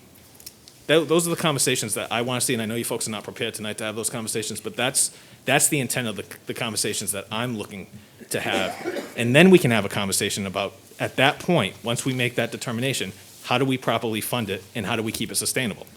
And does that mean there are fees? Does that mean we charge leagues, a percentage of the, players that they get? So is it $1, $2? I don't know. These are just ideas that are getting thrown out. There's nothing that's going to be in writing, but those are the types of conversations that need to be had internally so that we can properly maintain, because $9 million is a lot of money. And I just don't want to see that, and then in 2 years, start to see things, go down, and then we're trying to find another $9 million or $18 million to try to fix it again, when we could have been maintaining it for, an additional $50,000 or $100,000 or $200,000, which would be short money, versus $9 million. So I think that's really what the gist of this conversation is, and what the plan is moving forward. So with that, I yield. Thank you. Councilor in seat 8, Councilor Pereira. We were just talking about that upstairs before the meeting started. I had a 4 o'clock briefing with the mayor. Councilor Kilby and Councilor Lee were there, and we talked about exactly what Councilor Kadim is saying. How do you expect 16 people to go around and just mowing the lawn all summer long? And Mr. Sahadi, you were there as well, sorry. But the mayor was looking at the possibility of getting seasonal help as well. I mean, how long have we been asking for seasonal help? So I think, in the summertime, even though you have, 14, 16 individuals, they've been around, they have vacation time. Are you going to tell them they can't take vacation time in the summer? No. So, I think Councilor Kadim brings up some good points about this. But I look at Mr. Perry's department being the same way. Nobody replenished after the 9C cuts. We really didn't. And they are all working as hard as they can in all these departments. And I mean, as we're frustrated with there not being enough people, they're frustrated too, with the work that they can't get done. But I think seasonal, I think that's a plus. That's headed in the right direction. And if you had seasonal workers, maybe you'd get some children who are in college and they're home for summer break. It gives them some money to pay back their school loan or save up money for whatever. I think that's a great idea. With that, I yield. Any further Thank you. questions? Councilor in seat 5, Councilor Lee. Just to throw some insight into that conversation we were having with the mayor earlier today, it was just these programs. There are some programs, not in this area because of the weather and things like that, but in Florida and places like that where they do these types of jobs for people in need, whether it be homeless or youth or whatever. And it is a nice way to try to reach out to the people who have problems economically, maybe to get them a little bit of work during those seasonal times when you need more to do in this area, whether it be whether at the parks or any other kind of situation. There are times when we could use that, and it would be beneficial to the community as well, because now we're reaching out to the people who need it the most to try to earn some kind of wage at that time, and maybe get them on the right track where if they are economically struggling, that they can get them on the right track to get out of that. So, well, that I yield. Thank you. Thank you, Councilor. Would you like to speak? I know you, Yeah, the park I wanted board. to just say one thing. You were mentioning about the parks, the greens and everything, but don't forget about the cemetery. We also have, 7 guys that take it. That's a separate department. No, I know, Yeah. but I'm just saying Yeah, that. it's another department The park that board does is- also oversee the cemeteries. Correct. And we have 1, 2, 3, 4, I think 6 or 7 cemeteries that you have maybe 5 or 6 guys and the supervisor that has to go, the director that has to take care of them, and on top of the tree department. We oversee all of this. So they all need money. Thank you. Thank you. Is there any other further questions? Hearing none, is there a motion to table? Motion. Motion to table has been made by Councilor Lee, seconded by Councilor Peckham. All those in favor? Opposed? The ayes have it. Motion to adjourn has been made by Councilor Kilby. Second. Seconded by Councilor Peckham. All those in favor? Opposed? The ayes have it. We're going to have a 3-minute break before we start full council. Meeting will now be called to order. Madam Clerk? Councilors Kadim? Here. Dion? Here. Kilby? Here. Lullaby LeBeau? Lee? Here. Peckham? Here. Pelletier, Here. Pereira, Here. and President Ponti. Here, if everybody in the chamber, please rise for a moment of silent prayer.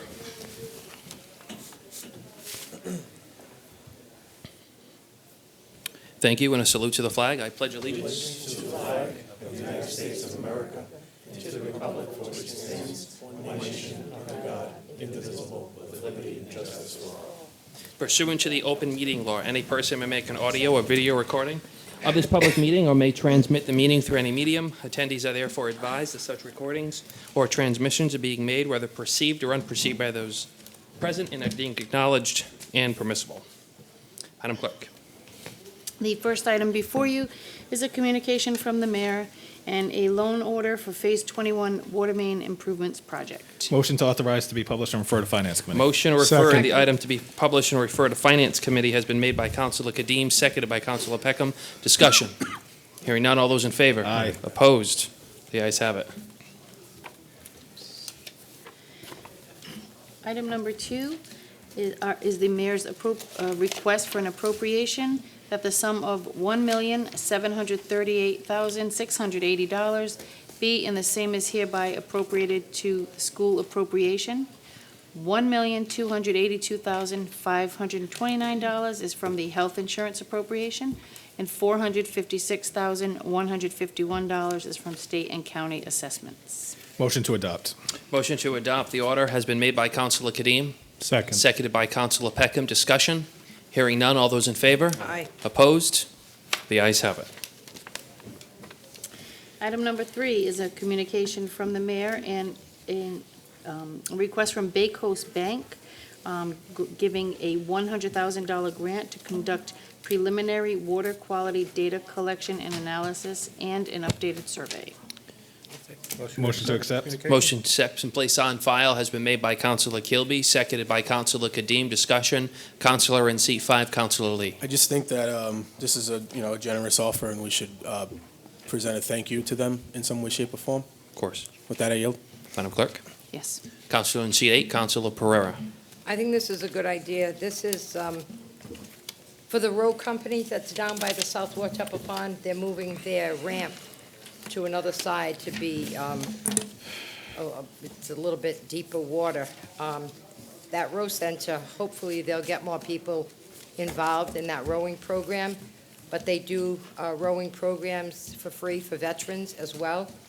And to the right of that boat ramp, they have taken over where Sister Kathy's property was and Dave's Beach. They've taken that over. I've been down there with the mayor, and to the right of that, we're going to clear out all the brush that's there and make that a picnic grove so that people will be able to go down and sit by the water. We're going to start this Saturday.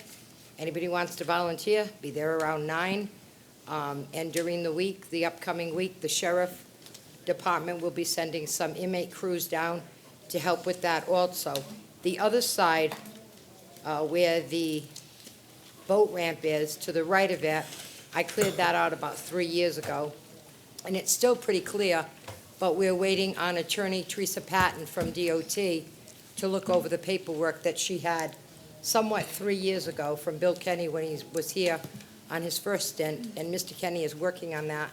I just wanted everybody to know that we're working on doing some things down there. I guess Governor Baker, part of his policy is to get people to access water as well. So hopefully when we see him at the Vietnam Wall on the May 15th, we can get him to maybe give us some funding or do something, but I just wanted to share that with my colleagues. And I'm really glad that they're doing the testing.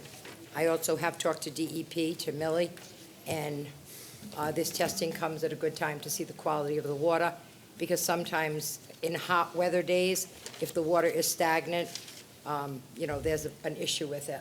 So we're looking at what we can do with that. With that, I yield. Thank you. Thank you, Councilor. Anything further? Hearing none, motion has been made to accept accept the donation, has been made and seconded. Hearing no further discussion, all those in favor? Aye. Opposed? The ayes have it. We have a communication from the mayor and the memorandum of agreement between Local 1314 International Association of Firefighters. Is there a motion to waive the rules? Motion to waive the rules. Motion to waive the rules to invite Second. Mrs. Sahadi and a representative from the fire union has been made by Council Vice President. Second. Seconded by Councilor Dion. All those in favor? Aye. Opposed? The ayes have it. Mrs. Sahadi, Representative, if you want both come down, it doesn't matter to me. You're both here. I think it's appropriate since you negotiated half the contract. Thank you. You guys want to sit on both ends of the table? One there, one there. Before we kind of get into this, I wanted to ask a couple of questions, if I may. I'm not going to take the floor. I'm just going to stay here because of the COVID situation. So, Mrs. Sahadi, and I know we've had exhaustive debate on this, and I had the same debate with or conversation with the mayor and you yesterday when I was at my briefing. But when it comes to collective bargaining, because before us tonight is the last 2 years of the fire department's retro pay. There's usually specific language either in an MOU or in the collective bargaining agreement that references credible service, correct? Could you elaborate a little bit on what credible service is for the community and for the council?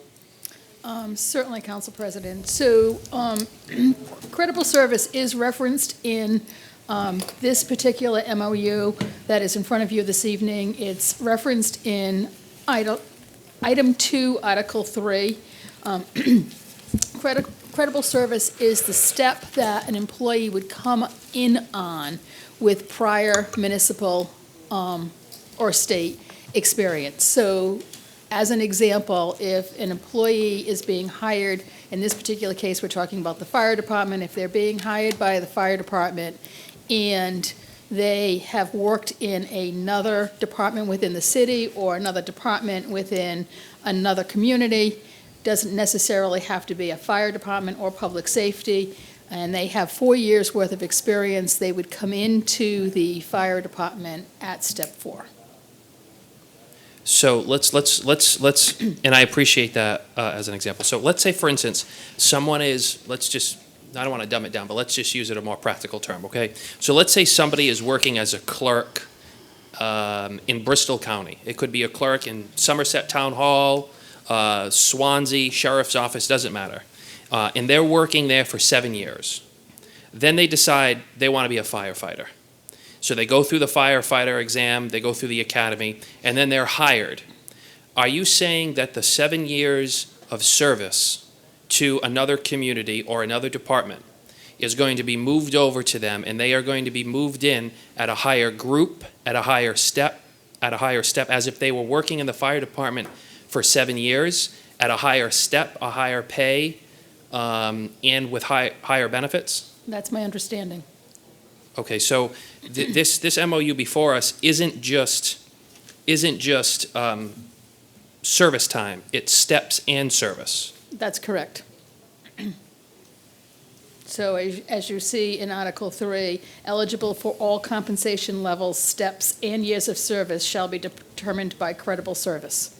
Okay, so I just wanted to kind of raise my thoughts on this briefly. So I'm kind of taking exception to this, only because, and I've discussed it with you before, that if I'm a firefighter and I've worked in the fire department for 10 years and I've earned my stripes, I've earned my sick time, I've earned my steps, I've earned my time on the force, okay? And I'm working as a clerk in another department somewhere else. I'm being moved over. I decided to take the firefighter exam. I am going to be at the same step and level as a 10-year firefighter when I wasn't even working as a firefighter. And is that correct? Is that how this is being articulated, Mrs. Sahadi? That's how it's being articulated to myself. That's correct. Mr. Hetzler, Mr. Burns, you care to elaborate on this? No, I think that's the answer. That's exactly how it is, Council President. Thank you. Thank you. I have other questions, but I'll allow my colleague to speak. Counselor in seat 2, Counselor Dion. So, to me, this language is very ambiguous. It's not specific. It just simply states eligibility for all compensation, steps and years of service shall be determined by credible service. So, somebody comes in, just for the sake of discussion, they're a step 4. That means they get the vacation time of somebody who's a step 4. They get the pay of someone who's a step 4. They get to pick their vacation like someone who's a step 4. And in the event of layoffs, they're treated as someone who's step 4. Explain to us exactly what this means, because I'm under the impression that that's exactly what that means. And if a layoff occurs, that person who came in with no experience and no service on the department is going to stay on the job, and somebody who's been there 8 years perhaps, because I don't know what step 4 equates to in years, so I'm just going to say, let's say step 4 equates to 10 years. I don't know what it is. I don't know what step is maxed out in terms of the fire department. I know in the DOC, but I don't know in the fire department. So I'm just kind of randomly throwing some numbers on numbers, I guess. So just for the sake of discussion. So let's say step 4 is 10 years, somebody at step 3 is 8 years. So that person with no service in the department, only credible years towards retirement, is a step 4. Layoffs come, they stay on the job, and the person step 3 with 8 years gets laid off. Is this what's going to happen? This only affects the pay scale, Counselor. So pay scale only, doesn't affect vacations. This piece of language in the MOU is only in regards to the pay scale for the individual, whether it's step or years of service. It doesn't dictate being laid off. There's something separate that talks about layoffs. We don't get extra vacation for this credible service. The only thing this credible service does for the members of 1314 is pay them at a higher rate based on years of service. Layoffs are all civil service based. That this language has nothing to do with that, and it doesn't affect vacation. Only their pay scale where they're at. So years of service, so there's credible service. Credible service comes from all of your employment, whether it's DCM, Yes. a clerk, that's credible service. Yes. Service within the fire department is a separate. Right, so based on, if you were going to talk about layoffs, if you will, or vacations, that's based on seniority. Right. I think one clarification that will help separate, you have creditable service, which could come from multiple different areas in And the generally is city. applied to retirement. And then you mentioned layoffs, and that goes back to civil service time. So Yep. civil service time is separate than creditable service. Creditable service may include military time. Correct. So that would be creditable service that would now apply to your pay scale. If this MOU, MOA would be approved, it now would apply to a pay scale. So I think where I'm having a difficult time is, again, the fact that there is no specificity. I'm feeling like this is more implied or assumed, or there was intent, and I'm going to tell you why. I'm going to read you a different. I'm going to read yours again, which says, eligibility for all compensation levels, steps and years of service shall be determined by credible service as defined by general laws and accepted by the Retirement Board. On this MOU, furloughs, vacations, Section 2, add a sentence to the end of Section 2 that states, employees shall qualify for the amount of furlough days based on their credible service with the Fall River retirement system. However, they shall pick their furlough based upon their time in service with the department, regardless of service with any other entity in or outside of the city of Fall River. Very specific. That's an additional benefit to a different bargaining unit. That I has know it's a nothing to do different with bargaining ours. unit. What I'm trying to explain is, when I look at this, I clearly understand what they're saying. When I look at this, I don't feel that I do. And the difference, Counselor, is that we don't have that benefit. Our contract's completely different. So we don't have furlough days, so we'd have no where that would apply.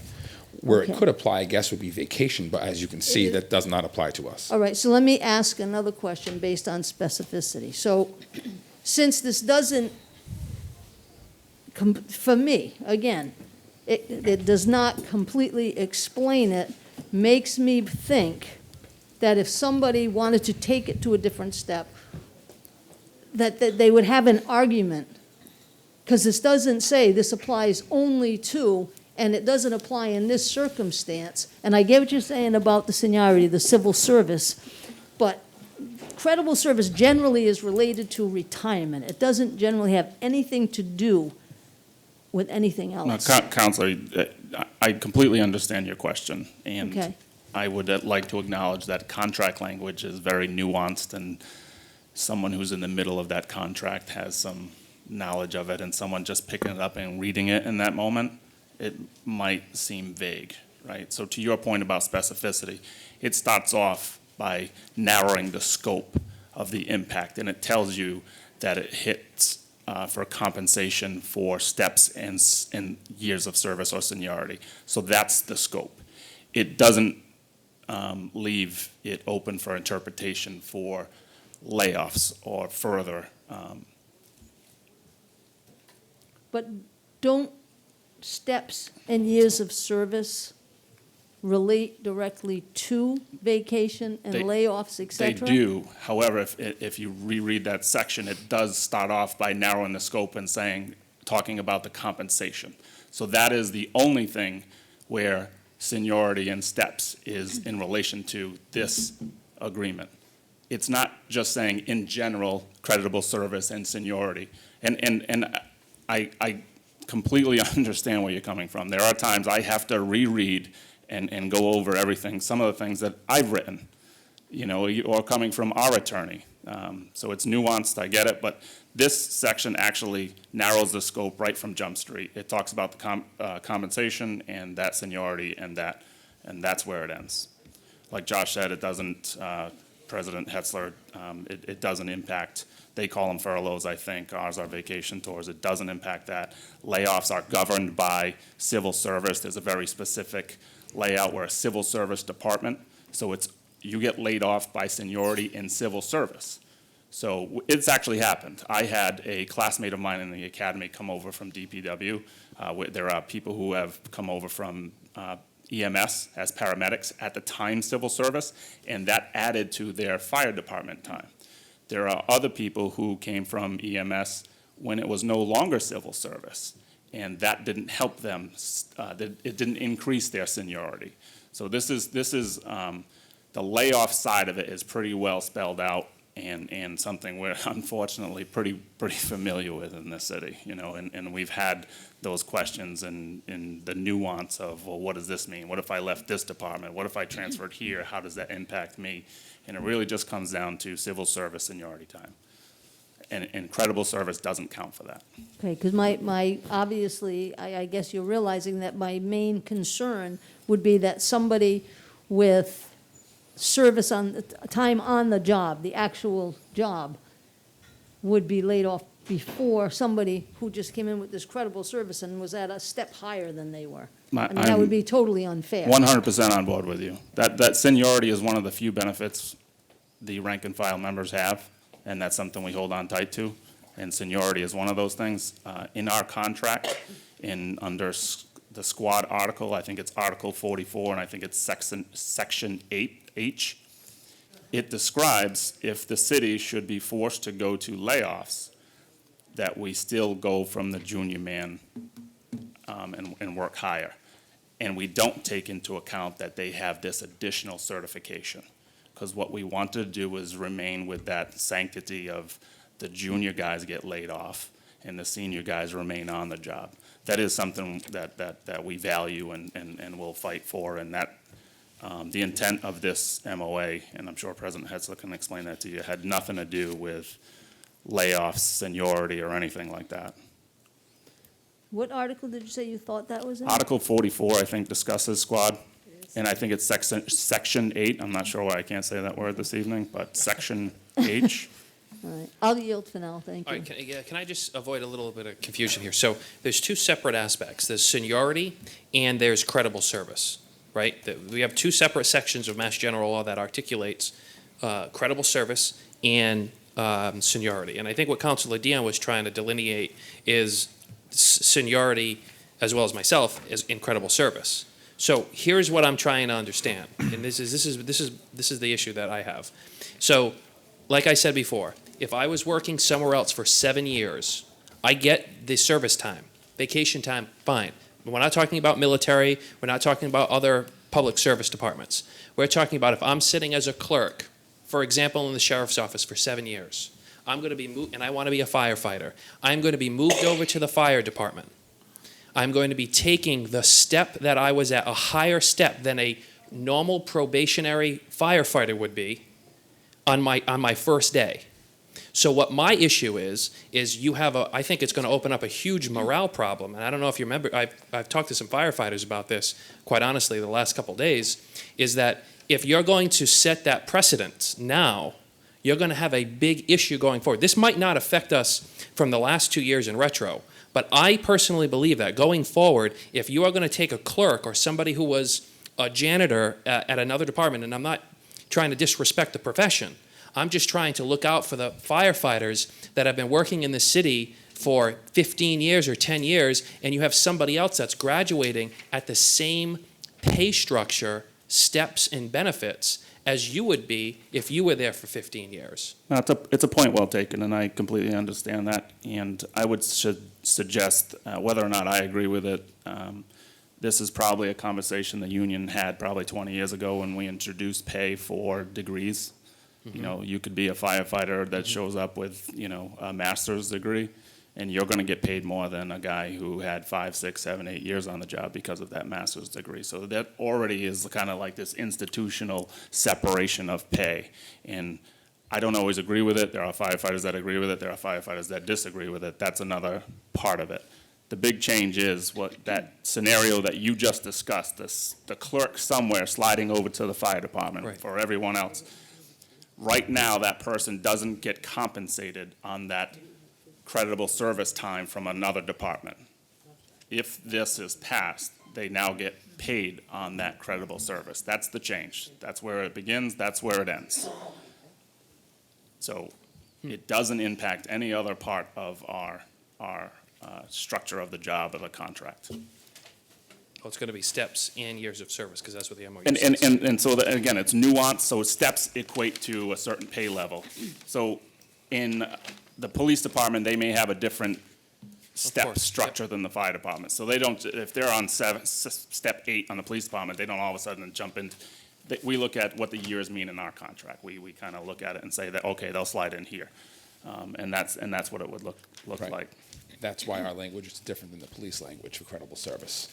Right. Because our contract is structured differently, where we have steps and years of service delineated as pay steps, versus the police contract, I believe, is just steps. Right. Before I acknowledge my counselor in seat 1, Mrs. Sahadi, real fast, what kind of impact studies have been done? Because we all know, and granted, I've never done labor negotiations, but we all know that once something's in a contract, it's extremely hard to take that out because it's there, okay? But what kind of financial impact study has been done to see what kind of financial impact this is going to have on this fiscal year, and if this is accepted going beyond that? So for fiscal year 21 that we're in, it would have no impact because the individual would have to have brought their documentation to the fire chief by April 1st for an increase in their salary on July 1st. So for fiscal year 21, it has no impact. For fiscal year 22, it's estimated to be about $40,000. I totally agree with you. When something's in a contract, it's going to be very difficult to get out. We've already had some discussions, in particular with the police union, with regard to this really should have only applied to someone coming with, in this case, firefighter experience, in the police department with police experience. It was not negotiated that way, and we will try to get that language corrected in the next contract, but right now it is, as you just described, someone coming from any other public employment. Thank you, Mrs. Sahadi. Counselor in seat 1, Counselor Kadim. Thank you. So two things. Number one, right off the bat, I disagree with this language. Number two, if we want to rework it, I say we reject the contract, forces everybody to get back at the table. Third, I think the language is misleading, and I don't think it necessarily entails what everybody is saying at the table in terms of DPW or any other unit. I'm looking at, and correct me if I'm wrong, I could be wrong.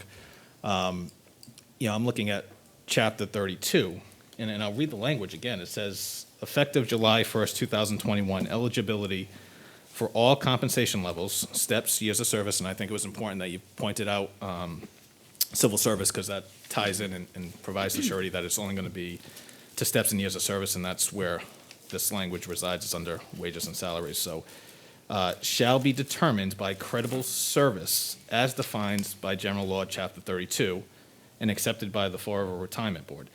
So, credible service as defined by General Laws, Chapter 32. So I go to General Law, Chapter 32. There's so Section 4 is credible services. It's 40 paragraphs long, right? The very first paragraph says, qualifications for credit of service. Any member in service shall, subject to the provisions and limitations of Section 1 to 28 inclusive, be credited with all service rendered by him as an employee in any governmental unit. And I'll stop there.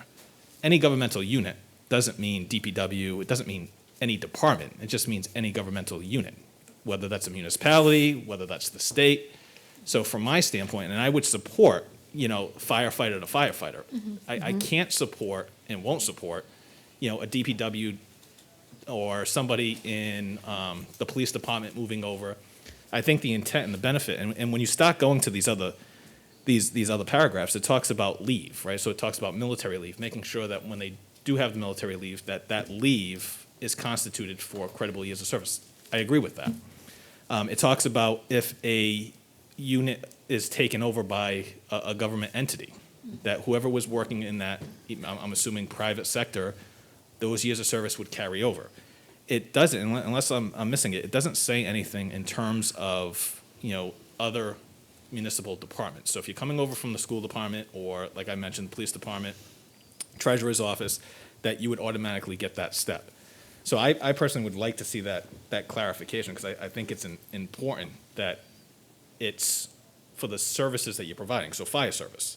So I think part of the benefits, and you folks can speak better than I can, it's becoming more and more or increasingly difficult to attract people to get into the profession, right? So both on police and fire. So part of it is sometimes you want to do laterals, right? You want to get somebody from another community, and that's where I think this all fits in and makes sense, that if you're getting somebody from another community, in order them to attract them to come in, and you're saving on training, a good majority, hopefully they've got firefighter 1 or firefighter 2, so there's no real academy training needed. There probably might be some departmental training to understand the mechanics of how, the process works in Fall River is short money. But if you want to get them there, you would have to probably get them to the same step, if not higher, to get them to leave their community, right? So if they've been there 4 or 5 years, they're not going to want to come on a scale that's at step 1 for a year 1 firefighter. They want to be at the step 4, which I think this language would provide for. I'm missing where we're assuming the language and tying it into MGL 32 and going to Section 4, unless it's a different section, how that is defined, and we come up with that it would incorporate any other municipal department. Have we looked at that? Have we had any conversations with Corporation Counsel or? We've had obviously conversations with John Clifford with regard to the negotiations on the city side, and he's interpreted it as any department. I believe the fire union's attorney has also interpreted it the same way. Mr. President, I think, when we talk about counsel, I think this might be a good use of KP Law to really kind of review, especially that first paragraph when we're starting to talk about governmental units. And maybe there's something in Massachusetts general law that defines governmental units, and so that maybe it's clearer than I think. But from my standpoint, I'd like to know before I vote on this what Section 4, the first paragraph, is suggesting. Is it truly governmental units, meaning we're now applying governmental units as a city department, or is the unit itself a municipality? I get that too. I just one thing to throw at you, which may impact where we get funneled, we do have another part of the contract that addresses creditable service. Mhm. We've probably had that in there since, I'm guessing, 14 or 15, maybe a little earlier, 2012. So we have a pretty long-standing practice of how we handle what creditable service is. So what's that, I guess? What, do we have it? And I also want to add that we copied the language basically from the police MOU. We used the same language. The only thing we changed was how it affected pay, right? Theirs was only steps. Again, ours is steps and years of service. It's the only difference between our language and the police language. So do you know what? Yeah, I'll give it to you 1 second. I'm looking it up. It's in the same section if he has the contract. It's in the preceding paragraphs of So sections. it's letter D of section, it's under step raise, it's pretty early in the process. Under Article 3, Section 3 is step raise, and it lists A, B, C. And it looks like on the next page, and again, I'm looking at it on my cellular phone here, D speaks to what creditable service, how we have been handling a creditable service issue. It describes using creditable time other than civil service time.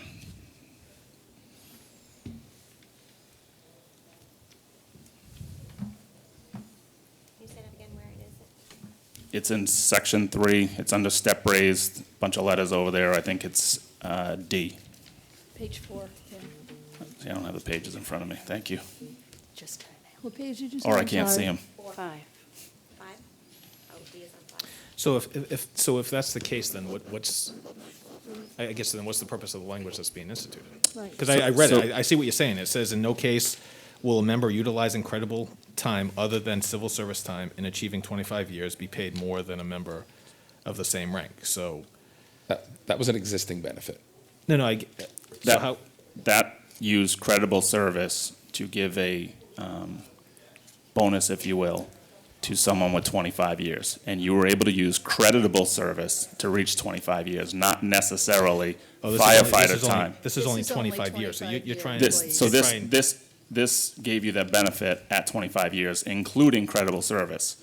You didn't have to be a 25-year firefighter. I'm making it up. You could have 21 years as a firefighter and 4 years in the military. So number D would be for 25, for anybody with 25 years. So in this one, I think in terms of clarifying it, we can still clarify and still have language in terms of, number one, governmental units. So if it's a firefighter, if it's military leave, things like that, I would agree with that.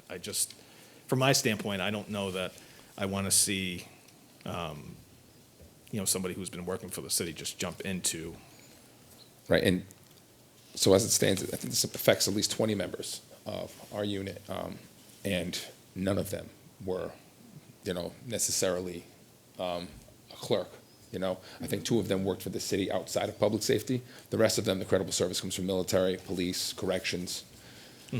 That's where it comes from. So obviously, the president talks about maybe in the future, maybe, we don't know, and that could happen. Someone could come from a clerk's position and make this and jump up in steps. But as of right now, this affects people that either work for the city already or have public safety or military time.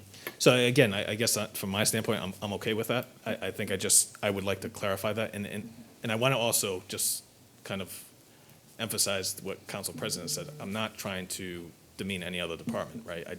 From my standpoint, when we're looking at, this step increase, the expectation would be similar experience, right? One can make an argument that military is the same, it's a paramilitary organization, the fire department, right? So you have the same type of experience that you would bring over.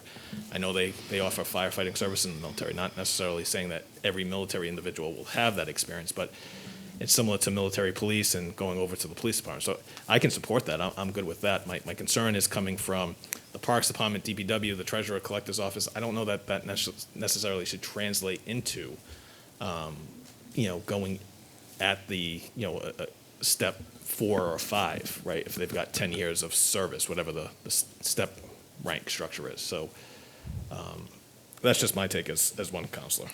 With that, I yield. And it would also be to anybody working in the county, So anybody working in Bristol County in municipal government could benefit from that as well, to Counselor in seat one's I'm point. sorry, before I yield, I did have one other question Sure. outside of, so I apologize, let me just, let's see, I'm looking right here. So could I just, on item number 2, so I'm assuming it was a package deal for 2. So item number, well, the whole thing was probably a package, but Article 8, recall to duty. Can you just explain, because I was a little confused on what we were trying to do here. So the change of the start of compensation time from the time the multi-alarm is struck, and you're changing it to from the time the notification to the employee receives notification in CrewSense. So that's your automatic notification system, right? So what I had read in the contract is that if you're called back and you make it back to the scene, I'm assuming either the station or the scene, I'm not sure when you get considered, but station or scene, you can clarify. But if you get there within a half hour, then you automatically get paid time and a half from starting at that point, right? Anything after that, it's actual hours. You would get paid to the time of the multiple alarm As long as you got there for a half notification. hour. So the chief, we show up at a mill fire, chief shows up and says, send me a third alarm. Mhm. If I'm in within 30 minutes, I get paid to that point.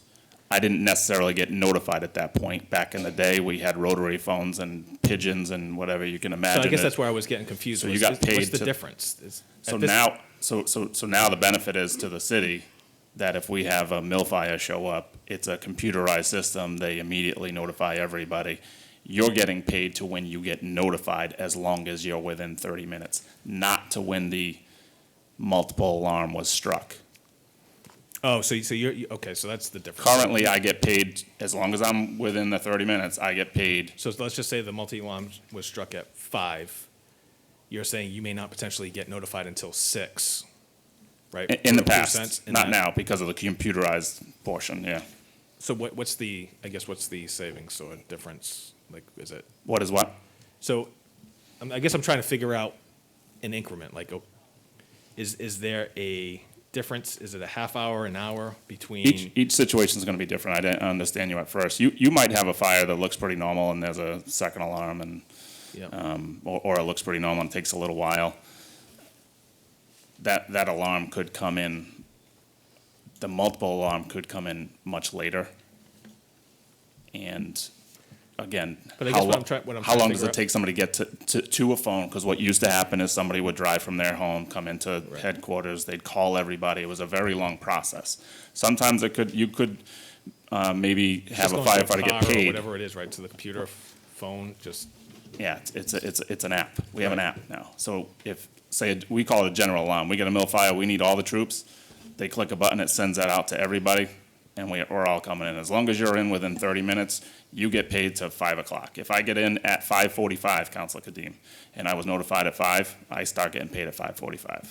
I don't get paid till 5. Yeah, so I guess I'm not sure if I'm articulating what my question is. So I guess what I'm struggling with is trying to understand the difference and the timing difference between the time that a multi-alarm is struck, right, and when the notification.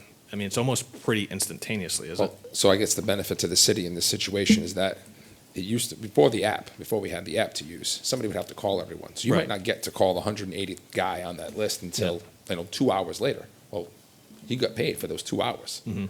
So now you don't have to pay for the 2 hours. Now you'll just pay for the, if they're there within a half an hour, they get paid from the time of notification. After that, they start getting paid at the time they show up. So this is a savings to the city.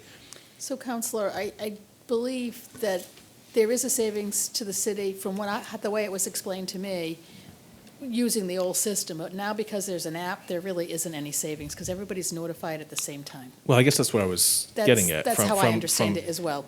So are in we the just old days, changing there it- would we're have just been a changing it savings, 'cause to- as Mr. Hexler just said, by the time you call the last person on the list, time has gone by. But right now, because they're using an automated system, I don't believe there's going to be a significant savings, or any savings, unless they don't respond within the 30 minutes. So it's really almost a housekeeping matter of just changing the alarm struck versus CrewSense and notification. I'd fit it under that.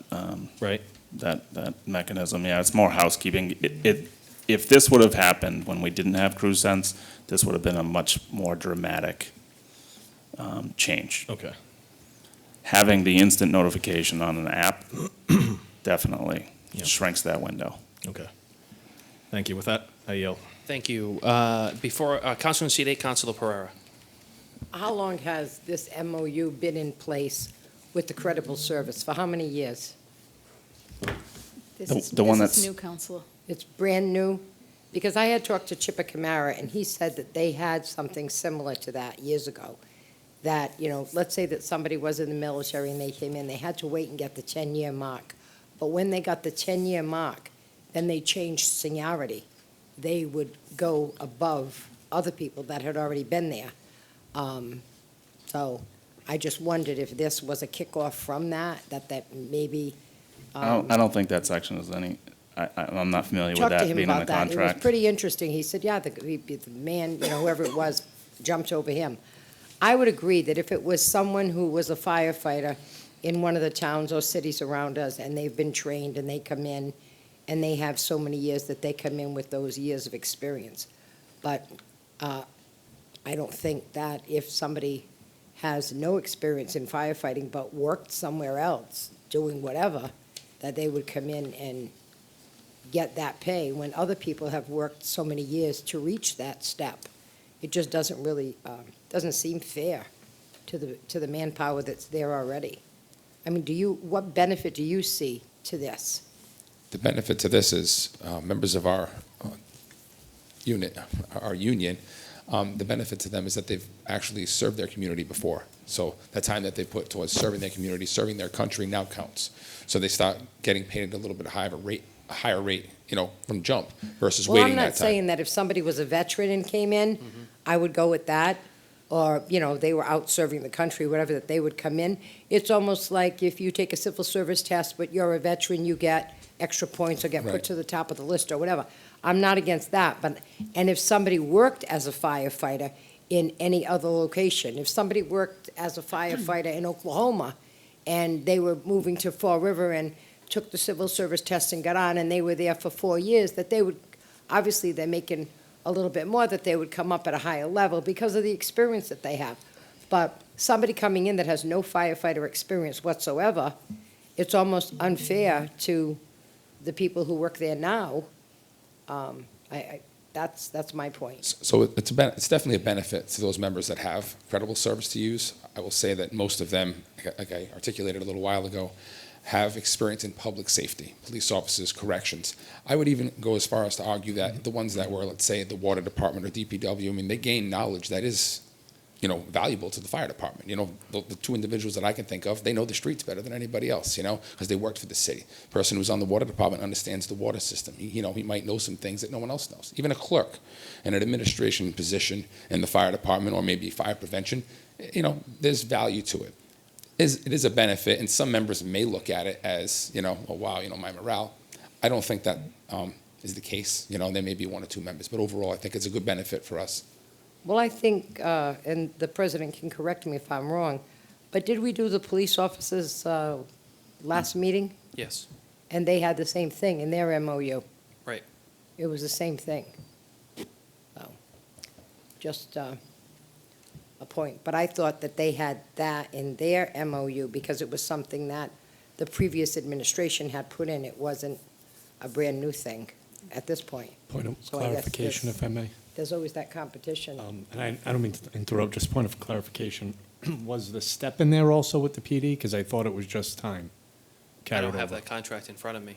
No, I believe Mr. Hetzel did say that the step's not in there, So just the time. with the police side of it, their pay scale, I believe, is all steps. So if you look at their MOU, it just relates to steps. Okay. On our pay scale, we have steps for a firefighter up to 5 years, and then after that, all your compensation time is derived from years of service. Okay, thank you for that.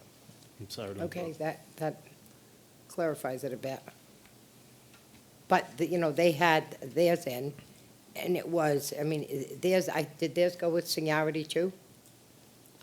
Yours doesn't go with seniority, you said. No, it does not. This is only for compensation levels. Does not affect Just seniority on the compensation. job. All right, thank you, Mr. President, I yield. Thank you, Counselor. Counselor in seat 6, Counselor Peckham. How we doing, guys?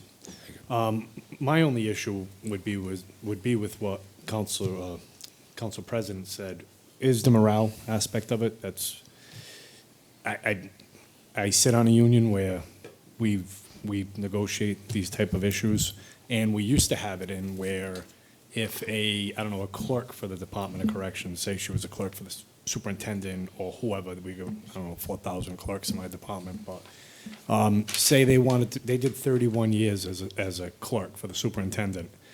We had to fight tooth and nail to stop it. They were changing over in their 32nd year to be a CO because our pay scale was twice as high, and then retiring on that pay scale. Am I okay? Now, when I left the city of Fall River and went to the state, I had credible service that followed me. So the reason I'm questioning just this language is when I left, I carried over Bristol County time and Fall River PD time as a dispatcher, two totally different bargaining units. When I went to the DOC, I had to start off at step 1, pay scale 1, and I can only use my prior time after I do 20 years as a correctional officer for the Department of Correction. So once I do 20 years as a CO, then I can buy back, let's say, 10 years prior state service. I didn't enter the department making more money, and I did see, like I said, it becomes a morale issue when you take a clerk, you stick her on, him or her on the line with the other officers, and you've got guys that have been doing the job for 20, 25 years. She only has to do 1 year, or he, I keep saying she because I'm referring to one person in particular in my head, but he or she can do 1 year of the job that we do and retire with the same benefits I do at the same pay scale. We had a major issue with that of a union of almost 4,000 officers. That was front and center for a long time. I would be okay with if the language stated you carried over your time and at the end of X amount of years you can buy, and for further clarification, the military, to my understanding, you can buy back 4 years, and I'm not sure if this fits into MGL or not. I know it does with civil service. You could buy back your 4 years, but that 4 years is at the end when you're going to retire. So that's the way prior to this MOU, military service was purchased and used towards retirement only, not towards compensation Yeah, so if you levels. needed 32 years, you did 28, bought back 4 years military, Correct. you retire with 32 years. All right. I'm on with what the other councils have said. Just maybe a little more clarification in that part. I do think the wording is a little vague, and I would like to look more into the MGL to see how that plays a part in this. And I understand every contract's negotiated differently. I get that 100%.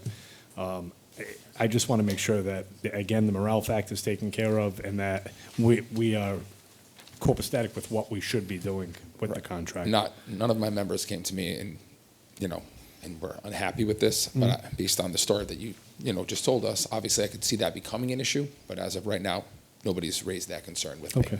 I appreciate that. Thank you. With that, I yield. Thank you, Councilor in seat 5, Councilor Lee. Thank you. Just a question, a couple of questions, I guess. I think it's fair. I personally think it's fair to the individual, whether it be a military member or someone to that fact, trying to become a firefighter, that their service in the past does not just go to waste. So I'm actually kind of taking a little bit of a different position from some of my colleagues on this. I actually think it's unfair to someone who has spent 11, 12 years of their life serving in one capacity, wanting to contribute as a firefighter and kind of getting, the back end of it if they do get on the fire force and are not able to, benefit from what they've done for the previous service that they've given, especially military, especially veterans or anything like that. I also have another question though. Are we in a position to make any kind of suggestions? Are we violating any kind of collective bargain if we say, no, you shouldn't have this in your contract, this is what you should have? I'm just curious about that as well. So we are the body that then determines the funding source of this contract. And if this is our only opportunity now, in my opinion, that if you want to raise concerns over verbiage or the funding, you don't fund the contract. Mm-hmm. Well, we can say yes or no, I'm sure, but I'm just wondering if there's if we're crossing any lines, if we make suggestions to the contract, because the bargaining is between the executive and the union. It is, I would say, we're not crossing lines. I think you could vocalize your concerns, Counselor. Yeah. And it's up to the executive branch and the union to negotiate it, and then we then fund it. Okay. The only, like I said, my position is, I think that it's fair. I think it's fair that if someone served a long amount of time somewhere else and wanted to try to get on the fire department, that they shouldn't just say goodbye to what they've done. But morale, I guess, could be a conversation to be had. And from seat one, council seat one, the verbiage of what a government unit is, I think it would be due diligence on our part as a body of government to make sure that we know exactly what that means before we say yes or no to this contract. I think we should know exactly what that means regarding interdepartment transitionals. I think it's important to know that going in before we do anything further. So I would support getting KP Law involved, or whoever, Corporation Counsel, whoever, to make sure that we at least made our attempt to clarify that, so that way we're not leaving ourselves in any kind of violation of Mass General Law. That's where I would land on that.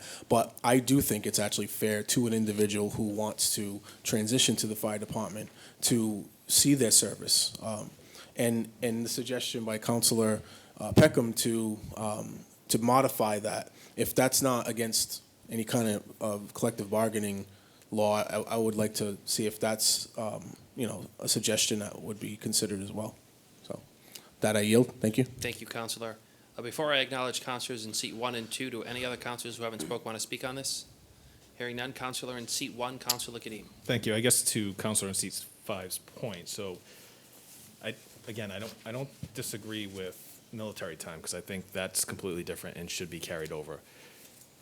Based on the members that are affected in the unit, have we, I guess, which departments have they come over from, right?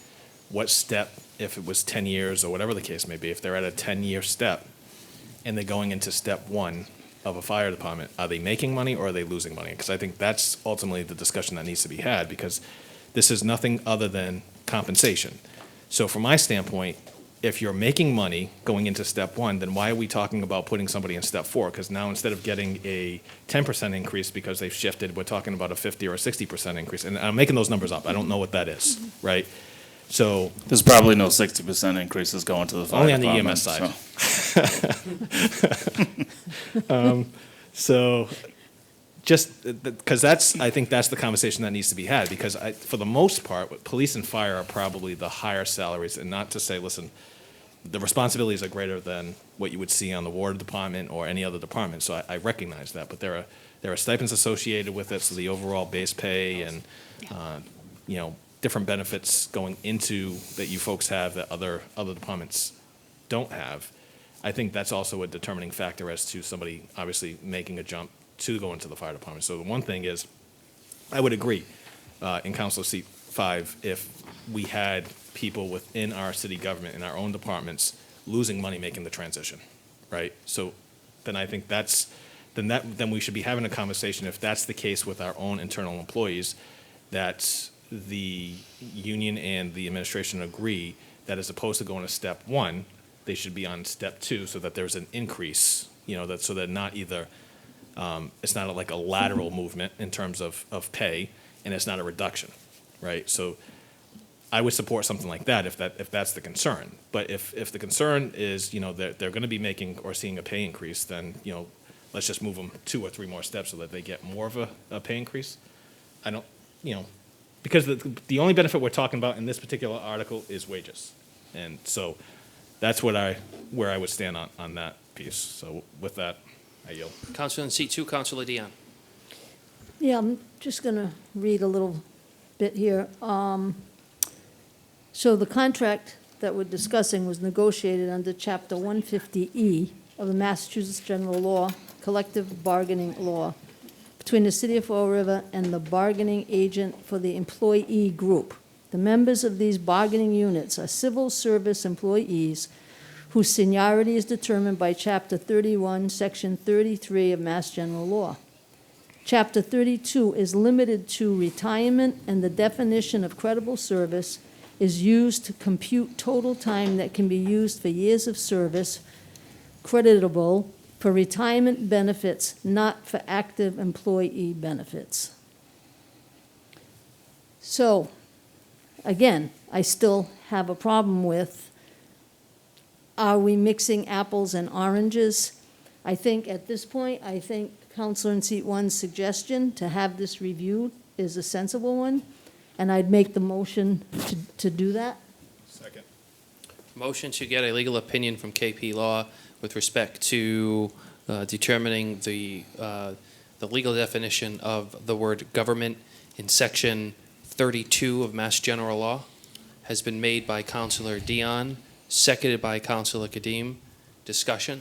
I'd like to clarify government unit. I think it's important for that to be in the language, just because that's in the Mass General Law. That's as well. what that's what I said. You said government, not government unit. I apologize. Government unit, All yep, right. no problem. We'll make sure we get that. Thank you for the clarification. Counselor in C2, you haven't yielded, you still have the floor. I'm sorry, I yield with that. Okay. Hearing no further questions, that motion has, the motion on the floor right now is to get a legal opinion from KP Law with the determination of what government unit means under Mass General Law, Section 32, has been made and seconded. Hearing no further discussions on that. All those in favor? Aye. Opposed? The ayes have it. We Motion to still table? have, what is it? Oh, motion on table? Motion to table this item, item number 4, has been Second. made by Counselor Kadim, seconded by Counselor Dion. Is there discussion, no discussion on a motion to table? All those in favor? Aye. Opposed? The ayes have it. Item has been tabled. Mr. President. Counselor in seat 8, Counselor Yeah, I just Pearl. want to clarify this, because I had to call Chippa, because I was confused about that. But I remember way back when Carlton Viveris wanted to lay off some individual layoff in the city, and it affected firefighters, that at that time, seniority played a big issue. So some people who had other service criteria could have then, there was big problems with that morale-wise. You might want to check with him, but we'll see what happens. And can I ask Mrs. Sahadi, who the attorney that's working on the contract with the fire department that the city hired? Yeah. Well, is that going to go back to John Clifford? Right now, the council just tabled the MOU and the contract before us. We can certainly, Mrs. Sahadi can certainly send an opinion over to John Clifford to get an opinion, but we just so you know, I know you stepped Just out. tabled. We just had a motion was just had that KP Law provide us a legal opinion with respect to Section 32 of Mass General Law with the definition of what governmental unit is, because there was some confusion. So Okay, that was thank you. passed and that's going. On the motion, there's no business before us right now, but I'll entertain Counsel in seat 2, your point of information. Yeah, my point of information, and I meant to say this before, because I don't in any way, shape, or form want the members of the fire department to misconstrue what just happened. Unfortunately, this same thing would have happened with the prior contract. At that time, I was not aware and didn't realize what had happened with the prior contract with the police department. And we would have already had our answer, because that probably would have gone the same way this went, and then we would have already had our answer, had precedence, and would have known what to do in this situation. So, live and learn. Yeah. With that, I yield. Thank you. And just for the record, I mean, this council has done nothing these last 2 years but fully support public safety in every aspect. And we, I'm sure as a body, will continue to do that, but we have a responsibility to our taxpayers, and we have unanswered questions, so we'll get those. And Point we of got to do it information. right. Counselor, next order of business. Point of information? Yes, Counselor in seat 1. Can I just ask, why do we constantly have to justify our actions? I'm just confused. Like, this is our responsibility. So we constantly have to let people know that we're trying to just perform our roles. I don't think anybody thought it was contentious. This is what I'm talking about. For some strange reason, accountability has become just a dirty word. And what we just saw was just us doing our responsibility and asking questions. It's not saying that we don't support it. We just need to get answers before we support a contract. And that was Maybe what it's I a was tweak, trying to but emphasize. it seems like every step where we have to go out of our way to say, I'm sorry, I don't mean to offend you, right? Because we are asking questions, but we're going to ask questions. it drives me crazy. I just had to get that for the record. Thank you. Next order of business. We have the FY '22 budgets for water and sewer divisions. Be appropriate to refer this item to the Committee on Ordinance. Motion so made. Motion to refer the item to the committee. Finance. Sorry, the Committee on Finance, I apologize. This is water and sewer rates Budget. for FY '22. Before we entertain the motion, I just want to kind of make a point, like we made last year, very, very brief. We had a very lengthy debate last year on water and sewer rates. And it was Councilor in C1 and other councilors who advocated for the administration to work on trying to find ways to absorb increases in water and sewer rates. It was pretty clear that this council wanted to see that worked on before we have any kind of discussion on seeing water and sewer rate increases. So I just want to remind the council and the community that we haven't forgot about them talking about absorbing those rates for the increases, and we need to start having that discussion because I don't want anybody to think it's an automatic that we're going to rubber stamp something and just pass it through for rate increases.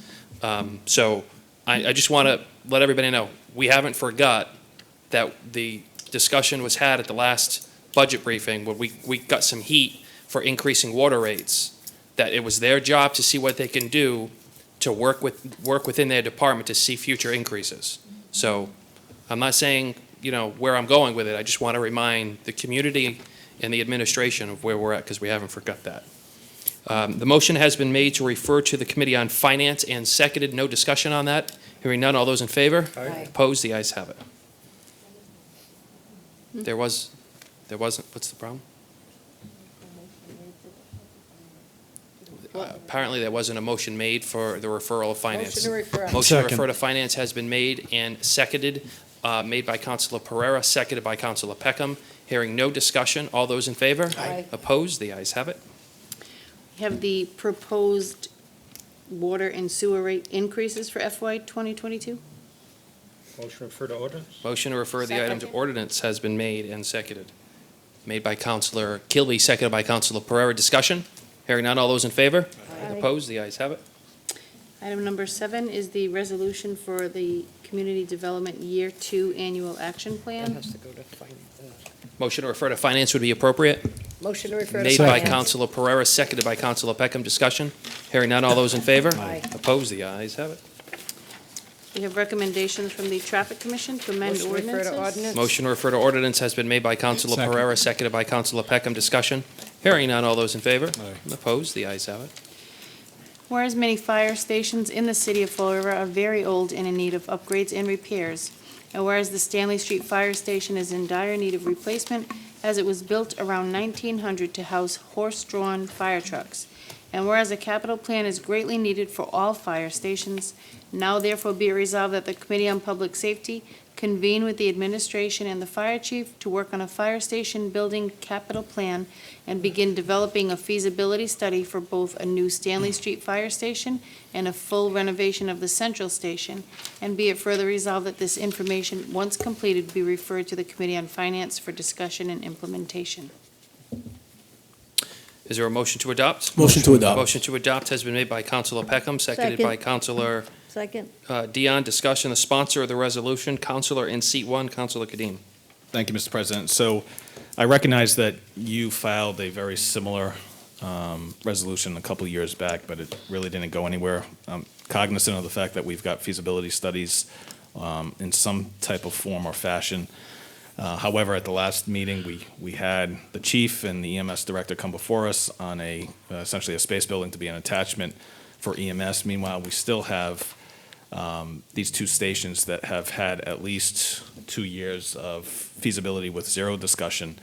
And in particular with the Stanley Fire Station, when we started having conversation about where it could be, I know early on it was talked about going over to Cardinal Maderas and things of that nature, but from my standpoint, I think we really need to start taking a look at, taking over the baseball field, building over there, and if we need to transfer the field over to Cardinal Maderas, then let's do it that way. If we need to move it to another location, let's do that.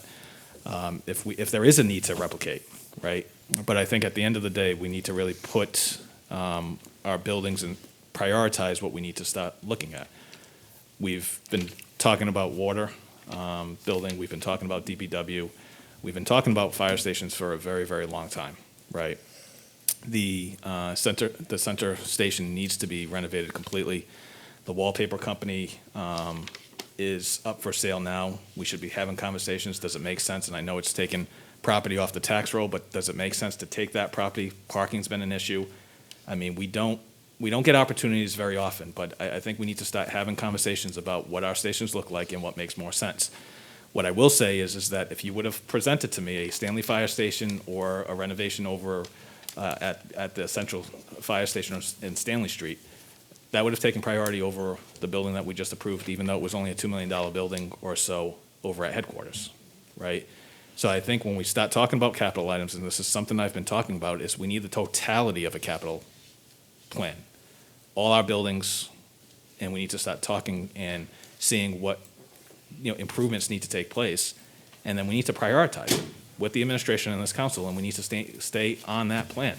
So what I like to do, and that's why I filed the resolution, I'd like to see it go to public safety, have the administration come down, let us vet the feasibilities, let's talk about what other options we have, let's explore it, because we're starting to see, right, and we saw it tonight, when we put resolutions together, we're not getting the information or we're not getting the response that we need, so we need to start taking a little bit more action. And in order to do that, I think we need to have a more active role on doing that. So if public safety convenes, starts working with the administration, whoever is involved, get architects, get the fire department, have them come down, let's have the conversation, let's vet a true plan, and let's forward it over to Finance Committee so that the full council has the opportunity to discuss it. But at least at that point, we've got some type of real detail conversation and plans going in place, because I don't know how much longer we're going to talk about Stanley Station, right? Or, the fact that the center station is just not conducive to what they need. It's a well-built building, but there's going to be a lot of renovation that's needed in there. And to your point, I know you've been harping on funding for the the recovery monies. Are we going to start using that to help pay for some of these buildings? And which buildings or infrastructure projects are we going to be allocating this stuff to? So from my standpoint, I think it's about time that, we start talking about, Stanley and the center station. So that's why I put that in there. I hope my colleagues support it. I yield. Thank you. Motion to adopt has been made and seconded. Hearing no further discussion. All those in favor? Aye. Opposed? The ayes have it. Whereas complaints have been received regarding the excessive speed of vehicles traveling on North Main Street, and whereas some sections of North Main Street are very narrow and contain numerous potholes creating a public safety hazard, now therefore be it resolved that the Committee on Public Safety convene with the Chief of Police, Director of Traffic, and Director of Community Maintenance to discuss these very important matters. Motion to adopt has been made by Councilor Pelletier. Second. Seconded by Councilor Dion. Discussion, the sponsor of the resolution. Councilor in seat 7, Councilor Pelletier. Thank you. October 23rd,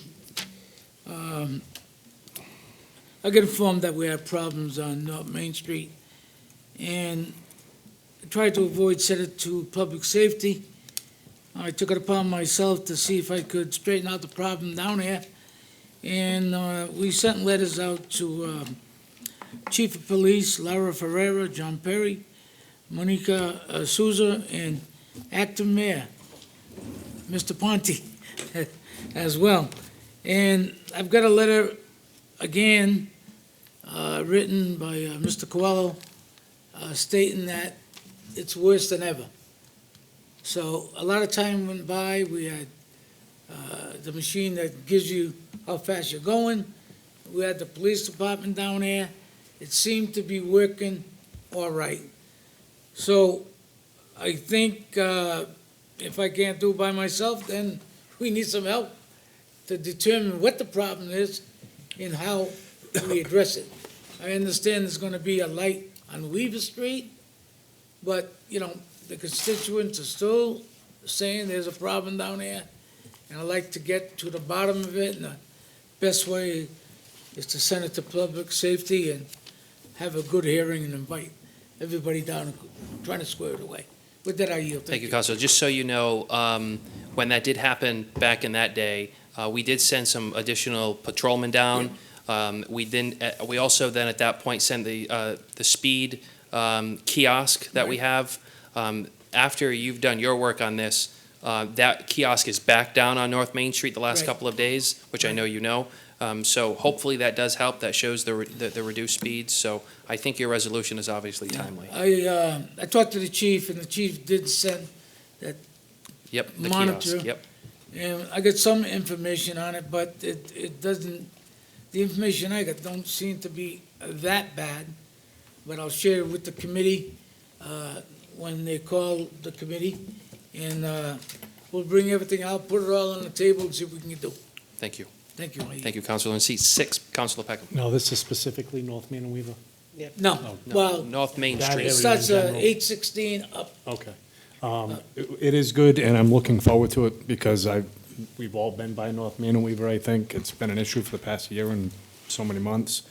I have spoken to Rep. Viola because 79 is right there and it's the state's jurisdiction. I think we have set some good groundwork to be able to address this issue, so I appreciate you sending it to public safety. I think there was just a resolution for North Main and Weaver that was refiled. Yeah, but this resolution does something a little different, Counselor. This is actually more of an encompass on North Main Street. So where the registry is, working down towards Weaver Street, that's where Councilor Pelletier and residents have complained about it. So it's not, I think the other resolution just centered on Weaver Street. This is centering more from like the registry all the way down to Weaver and beyond, because it is a racetrack at times. Yeah, I just find it good that we've been in that area over the past year, checking out other concerns, and they go hand in hand, so again, it was good groundwork to be set, and I'm looking forward to dealing with it. With that, I yield. Thank you. Thanks. Councilor in seat 8, Councilor Pereira. Yeah, I had put one in about Weaver Street, but there is an issue down there too with the cars parked on both sides and the street narrows. But on Weaver, there is an open lot there, and that open lot, some of the residents there would park there. And for some reason, the state put some type of a barrier not to allow people to get on that. But you might want to talk to Rep. Fiola about that, because if we could get that, at least it gets some cars out of there. And the people down there would be happy, because parking there is a horror. There's really no place. Where exactly And is it's it? dangerous there. It's right on Weaver Street. If you're going down Weaver Street, it's on your right-hand Oh, side. okay. And even when the city clerk lived down there, she got hit by a car coming out because they come off the highway and just go straight on North Main. So luckily, you weren't hurt, but, it is a busy, but you might want to, if you're going to have Rep. Fiola at that meeting, you might want to ask her about that land there, go check it out and see Yeah, if well, maybe the state will do again, something. like I said, I have been in contact with Yeah. her regarding North Main and Weaver, so Yeah. it might be good to bring her in as well, considering it's part of the, With that, I the yield. complaint. Thank you. You're the chair. You're the boss of your invites. Oh, thank you. Whoever you'd like. I appreciate that. Motion to adopt is on the table, right, Madam Clerk? Yeah. I'm forgetting. Motion to adopt has been made and seconded. Hearing no further discussion, all those in favor? Aye. Aye. Opposed? The ayes have it. Have the police chief's report? Motion Motion to to adopt adopt and place on police file. chief's report has been made by Councilor Peckham, Second. seconded by Councilor Dion. Discussion, hearing none. All those in favor? Aye. Aye. Opposed? The ayes have it. Applications for the renewal of auto repair shop licenses? It's all been approved. Motion to approve the Second. repair shop license renewals has been made by Councilor Pereira, seconded by Councilor Peckham. Discussion, hearing none. All those in favor? Aye. Opposed? The ayes have it. Have a number of claims? Motion Refer for to Corporation Corporation Council. Motion to refer to Corporation Council has been made by Councilor Pereira, seconded by Councilor Peckham. Discussion, hearing none. All those in favor? Aye. Opposed? The ayes have it. Have a number of drain layer licenses? Motion to approve the drain layer licenses has Motion been to made approve. by Second. Councilor Dion, seconded by Councilor Peckham. Discussion, hearing none. All those in favor? Aye. Opposed? The ayes have it. Have the invoice presented by KP Law? Is there a motion to approve the invoice? Motion approved. Motion to approve Second. has been I made have a by question. Councilor Pereira, seconded by Councilor Peckham. Discussion, Councilor in seat 8, Councilor Yeah, Pereira. I just have a question. Now, when I get an invoice from them, this says professional services through February 28th. I'd like the date of whatever the services were in each one listed, not just the total or through February. There was a conference call with city councilors for copies of conflict of interest disclosure. I don't know what that was. Was there, Yeah, Did we get something on conflict of interest? So I was mistaken, actually, prior to the meeting, and I'll verify with the Herald News on this as well. Council Vice President can probably speak on this, but there was a request for a question regarding statement of conflict of interest disclosures, which was answered, and it was resolved. And then in addition to that, we also had a leadership meeting with our Corporation Council to establish the ground rules that were set forth and adopted by the City Council at the last meeting. So that was what this was about. But we will work, this is a new process, which everybody knows. I promise we will work through some issues here, but we will make sure that we get a What was the conflict of interest? A councilor asked a question, Council Vice President can speak on it because she was handling it, but a councilor asked the question about redactions of conflict of interest disclosures, and we got an answer from Attorney Goldberg on that. What was the answer? We cannot redact. Council Vice President. Okay. Would you like to speak? I mean, I know I You just answered. said it, the answer was No, it cannot be you said it, redacted. can't redact. Yep. Okay. And those policies weren't adopted, they were accepted and placed on file. They need to be adopted, I agree with you. Should have been adopted. With that, I yield, thank you. Okay. The motion has been made to approve, that has been made in, I'm sorry, Councilor in seat 7, Councilor Pelletier. There was a question whether or not she was getting paid coming down from Boston to Fall River. Mhm. Is that been resolved? That, Council Vice President, she's been dealing with this. So I've asked Attorney Goldberg for a schedule of their fees, whether it's a lawyer, a paralegal, if we're being charged for transportation and how much. She's going to be forwarding that to us. And Council Pereira, to your point, they will be dating these and will make sure that these match up to the request that we got from councilors to call, just so we make sure there's no errors. So it's, the answer is We should have it. She's going to send us a schedule of fees depending on if it, So the last bill we done is only 150. That's correct.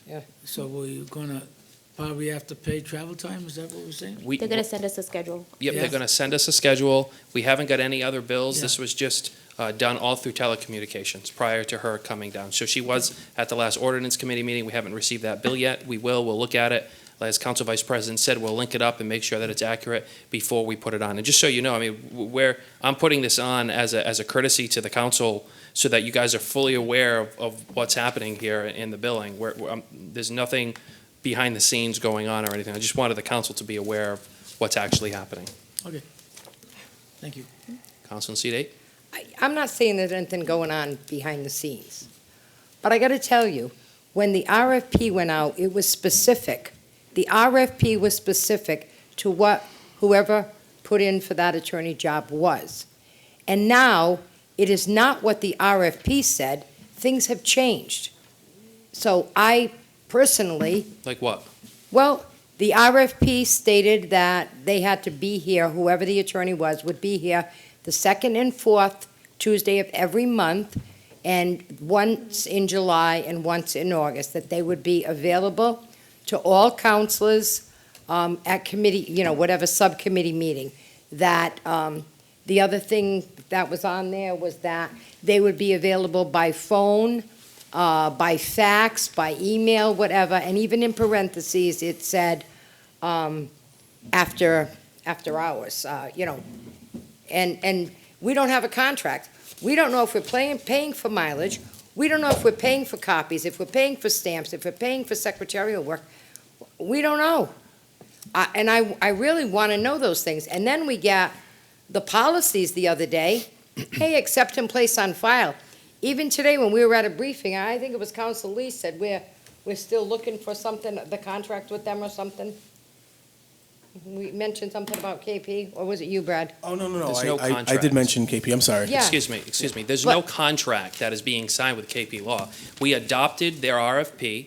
We adopted the funding source for the RFP, and the city council established the rules and regulations, because I want to make it clear, Councilor, you keep saying that we're not following what the RFP said, but what I can't do as council president and as chair of the city council and as the department head for the city council budget, I can't let councilors start calling KP Law and start speaking about 45 different things at $100 an hour. So as chair, which the council puts president and vice president in charge of, okay? We are obligated to make sure that we're not spending taxpayer dollars foolishly. So if councilors want to call, our corporation council and talk about 45 different things within 25 minutes or 2 hours, then that's not getting charged, but we're going to get charged. So we had to put parameters in place to make sure that we do this. And this is relatively new to us, so we're kind of working through the intricacies here with billing and stuff like that. With respect to your comment, Counselor, about Corporation Council sitting here, I am not going to have Corporation Council sit here for we've been here since 6 o'clock, it's 9:30. I'm not going to have them at taxpayer dollars sitting here at $150 an hour when we don't have any questions. If councilors have questions that we need our attorney to be asked, you can call me, email me, call a clerk, text me. You're missing the whole point. I don't think I think you're missing the point. I'm not saying that I want somebody here. Well, that's what you just said. I'm saying that when the RFP went out, when you send out an RFP, a request for proposal, you say, I want somebody to do A, B, C, D. And people will apply because they're going to do A, B, C, D. However, it should have been maybe another request for proposal that went out, because you're absolutely right. They're not here the second and fourth Tuesday of the month. They're not going to be here where councilors can call them. They're not going to be here available as needed for subcommittee meetings. Those were all things in the RFP. I know it's new and we're all working at it, but I don't think that that's the way that it should have been. Because I thought, and I voted present. When they voted to adopt, I voted present. I voted yes. There's some confusion. I voted yes to bring it from the discussion we were having at finance to bring it to the council floor. Here, I voted present. Everybody else voted yes. That's fine. I don't care if I don't vote the same way other people do. That's fine. But I wanted some more information. Are we paying for travel? I asked you that 2 weeks ago on a Tuesday. You did email out on the Wednesday, so we still haven't found it. Now, Council LeBeau is dealing with that. Are we paying for travel? Are we paying for copies? Are we paying for postage? Are we paying for their secretarial work? We don't know. And I know we're paying $2.75 an hour is what I know. If they're good and they're worth it, fine. But I'm just saying, my opinion only, that an RFP, that's what we should get, everything that was on the RFP. That's just my thought. I would have appreciated it, Counselor, if you had these questions. We could have amended the rules that we spent hours adopting in speaking to Corporation Council, our Corporation Council in meetings to try to find something that's new. If you had an issue with the way we did the RFP process, then that's your prerogative. But we established rules and regulations regarding this, and this was adopted and accepted and placed on file. It also says, if you read it, this policy shall be effective as of March 21st, 2021. 24th. 24th, 2021. It I read also states that 3 months. we could relook at this in 3 months if we need to. Yeah, and Counselor in seat one, Counselor we'll look at Cadillo. it in 3 months. Thank you, Mr. President. I'll tell you what, there are more questions about KP Law and a $40,000 budget than we ask the administration on larger budgets. Right. Right? Because we're not happy with KP Law. I got to be honest. It was an 8-1 vote to allow Council President to set the rules. That was an 8-1 vote. So whatever the RFP was, but this council already voted. So, okay. Since the minute KP Law walked in, we've constantly heard this backlash. Can we just get over the vote already? The first meeting was worth the $40,000 in my mind, because we finally saw what a real legal firm looks like in getting legal opinions when you ask for legal opinions. So I don't understand what the issue is. Of course you pay for travel. I can tell you that. You pay for travel. All right, so now all of a sudden we want to amend the RFQ because people don't want to be here every Tuesday or Thursday. But if we ask KP Law to be here every Tuesday or Thursday, they're going to be here every Tuesday or Thursday. But we want to put out an RFP or an RFQ for individuals who don't want to be here every Tuesday or Thursday. Then you didn't want the job. It's as far as I'm concerned, and quite frankly, it's exempt from the bidding process under 30B. So I don't understand why we keep bringing it up and having all these questions. You want to question the bills, that's fine. But let's have the same emphasis on everything else. Because every time we have to rubber stamp. I was just in ordinance committee. We weren't even done with looking at all salaries and 10% increases. And you know what I heard? Oh, let's just get it through. We've got to get this done. Right? But we've got more than $40,000 in increases. No concerns there. But, okay. So I would appreciate it that we apply it to every single aspect of city government and everything that comes before us. That's just my statement. I yield. And this is a $150 bill we're talking about. Counselor in seat 5, Counselor Lee. Just because I remember my name was brought up in the conversation, we were looking at, an ordinance meeting, we were looking at what was being put on the budget, and paralegal was on the budget for non-union service in that meeting, and I did ask, what are the tasks of this paralegal in comparison to what we're already paying for with Corporation Counsel, Assistant Corporation Counsel, and KP Law? I just felt like maybe if there was a redundancy, maybe we could eliminate it. That's all. That's what my question was in that moment. I just wanted to clarify that. Thank you, I yield. Counselor. Thank you. Any further questions? Counselor in seat 4, Counsel Vice President. I just want to clarify for the RFP, that was to be at every meeting. We could need them at every meeting, and we wanted somebody that would be available at every meeting if we needed them. But Council President goes over the agenda beforehand, as he did with Corporation Counsel, this one and the prior one, to see what there might be on the agenda and if we need them to be here or not. And sometimes Corporation Counsel is here and sometimes they're not. We're not going to have people come and sit, especially at an hourly rate, if we don't need them. I think those were the parameters of what, for lack of a better term, worst case scenario would be on how much we would need them to be available. But if someone needs them at a committee meeting and they have good reason to, they absolutely should be here. And if they need them to call them, they absolutely should. They just have to follow the parameters put out so that we can keep track of it. We need to be mindful of how much money we're spending. We only have $40,000. If we had them here at every meeting, the money would be gone like that, and there's no reason for it. Madam Vice President, just for a point of information, you had them at your ordinance committee meeting, Yes. Ms. Attorney Goldberg, and there was a rousing ovation, essentially, for her in her feedback towards the ordinance committee, which you chair, that spoke on the abutters program. I believe you got more Point of information. clarification, there was one member that had an issue with it the entire time. Okay, And but was rude about it. So so it wasn't a standing ovation. It was a majority. okay, so Just there I was a just wanted to clarify discussion. Thank you for that. There was a discussion had regarding the abutters lot program, which I believe the ordinance committee had more information available to them than we ever had before. We did, and actually Attorney Goldberg and Attorney Thomas worked very well together on that. Great, doing good work out of it. Thank you. Do you I yield, Counselor? I do. Any further questions? Hearing none. Motion to approve the $150 bill has been made and seconded. Hearing no further discussion. All those in favor? Aye. Opposed? The ayes have it. The Assistant Corporation Counsel's response to an open meeting law complaint. Motion to adopt, place on file. Motion accept and place on file has been made by Counselor Peckham, seconded by Counselor Dion. Discussion? Hearing none. All those in favor? Aye. Opposed? The ayes have it. Residents' communication regarding taxi cab service in the city. We received a letter here on item 17 on our agenda.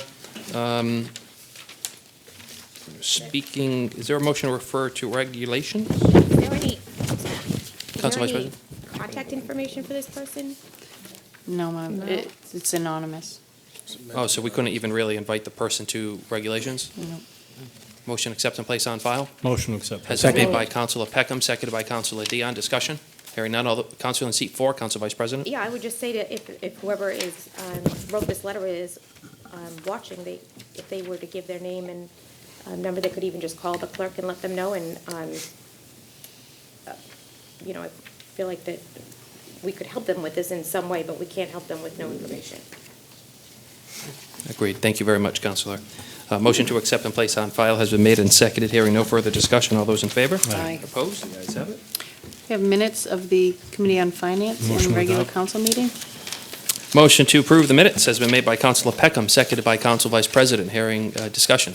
Hearing none. All those in favor? Aye. Aye. Opposed? The ayes have it. The Committee on Ordinances and Legislation at a meeting held on April 6th voted unanimously to recommend the accompanying resolution be referred to the Committee on Economic Development and Tourism. This was the Public Art Policy Resolution. Motion to adopt? Motion to adopt has been made by Second. Counselor Kilby, seconded by Counselor Pereira. Discussion. Hearing done. All those in favor? Aye. Aye. Opposed? The ayes have it. That's all we have? Motion to, you need anything signed tonight? No, Mr. Mayor. Motion to adjourn. Motion to adjourn. Motion to adjourn has been made by Counselor Peckham, seconded by Counselor Dion. All those in favor? Opposed? The ayes have it. Good night. Thank you.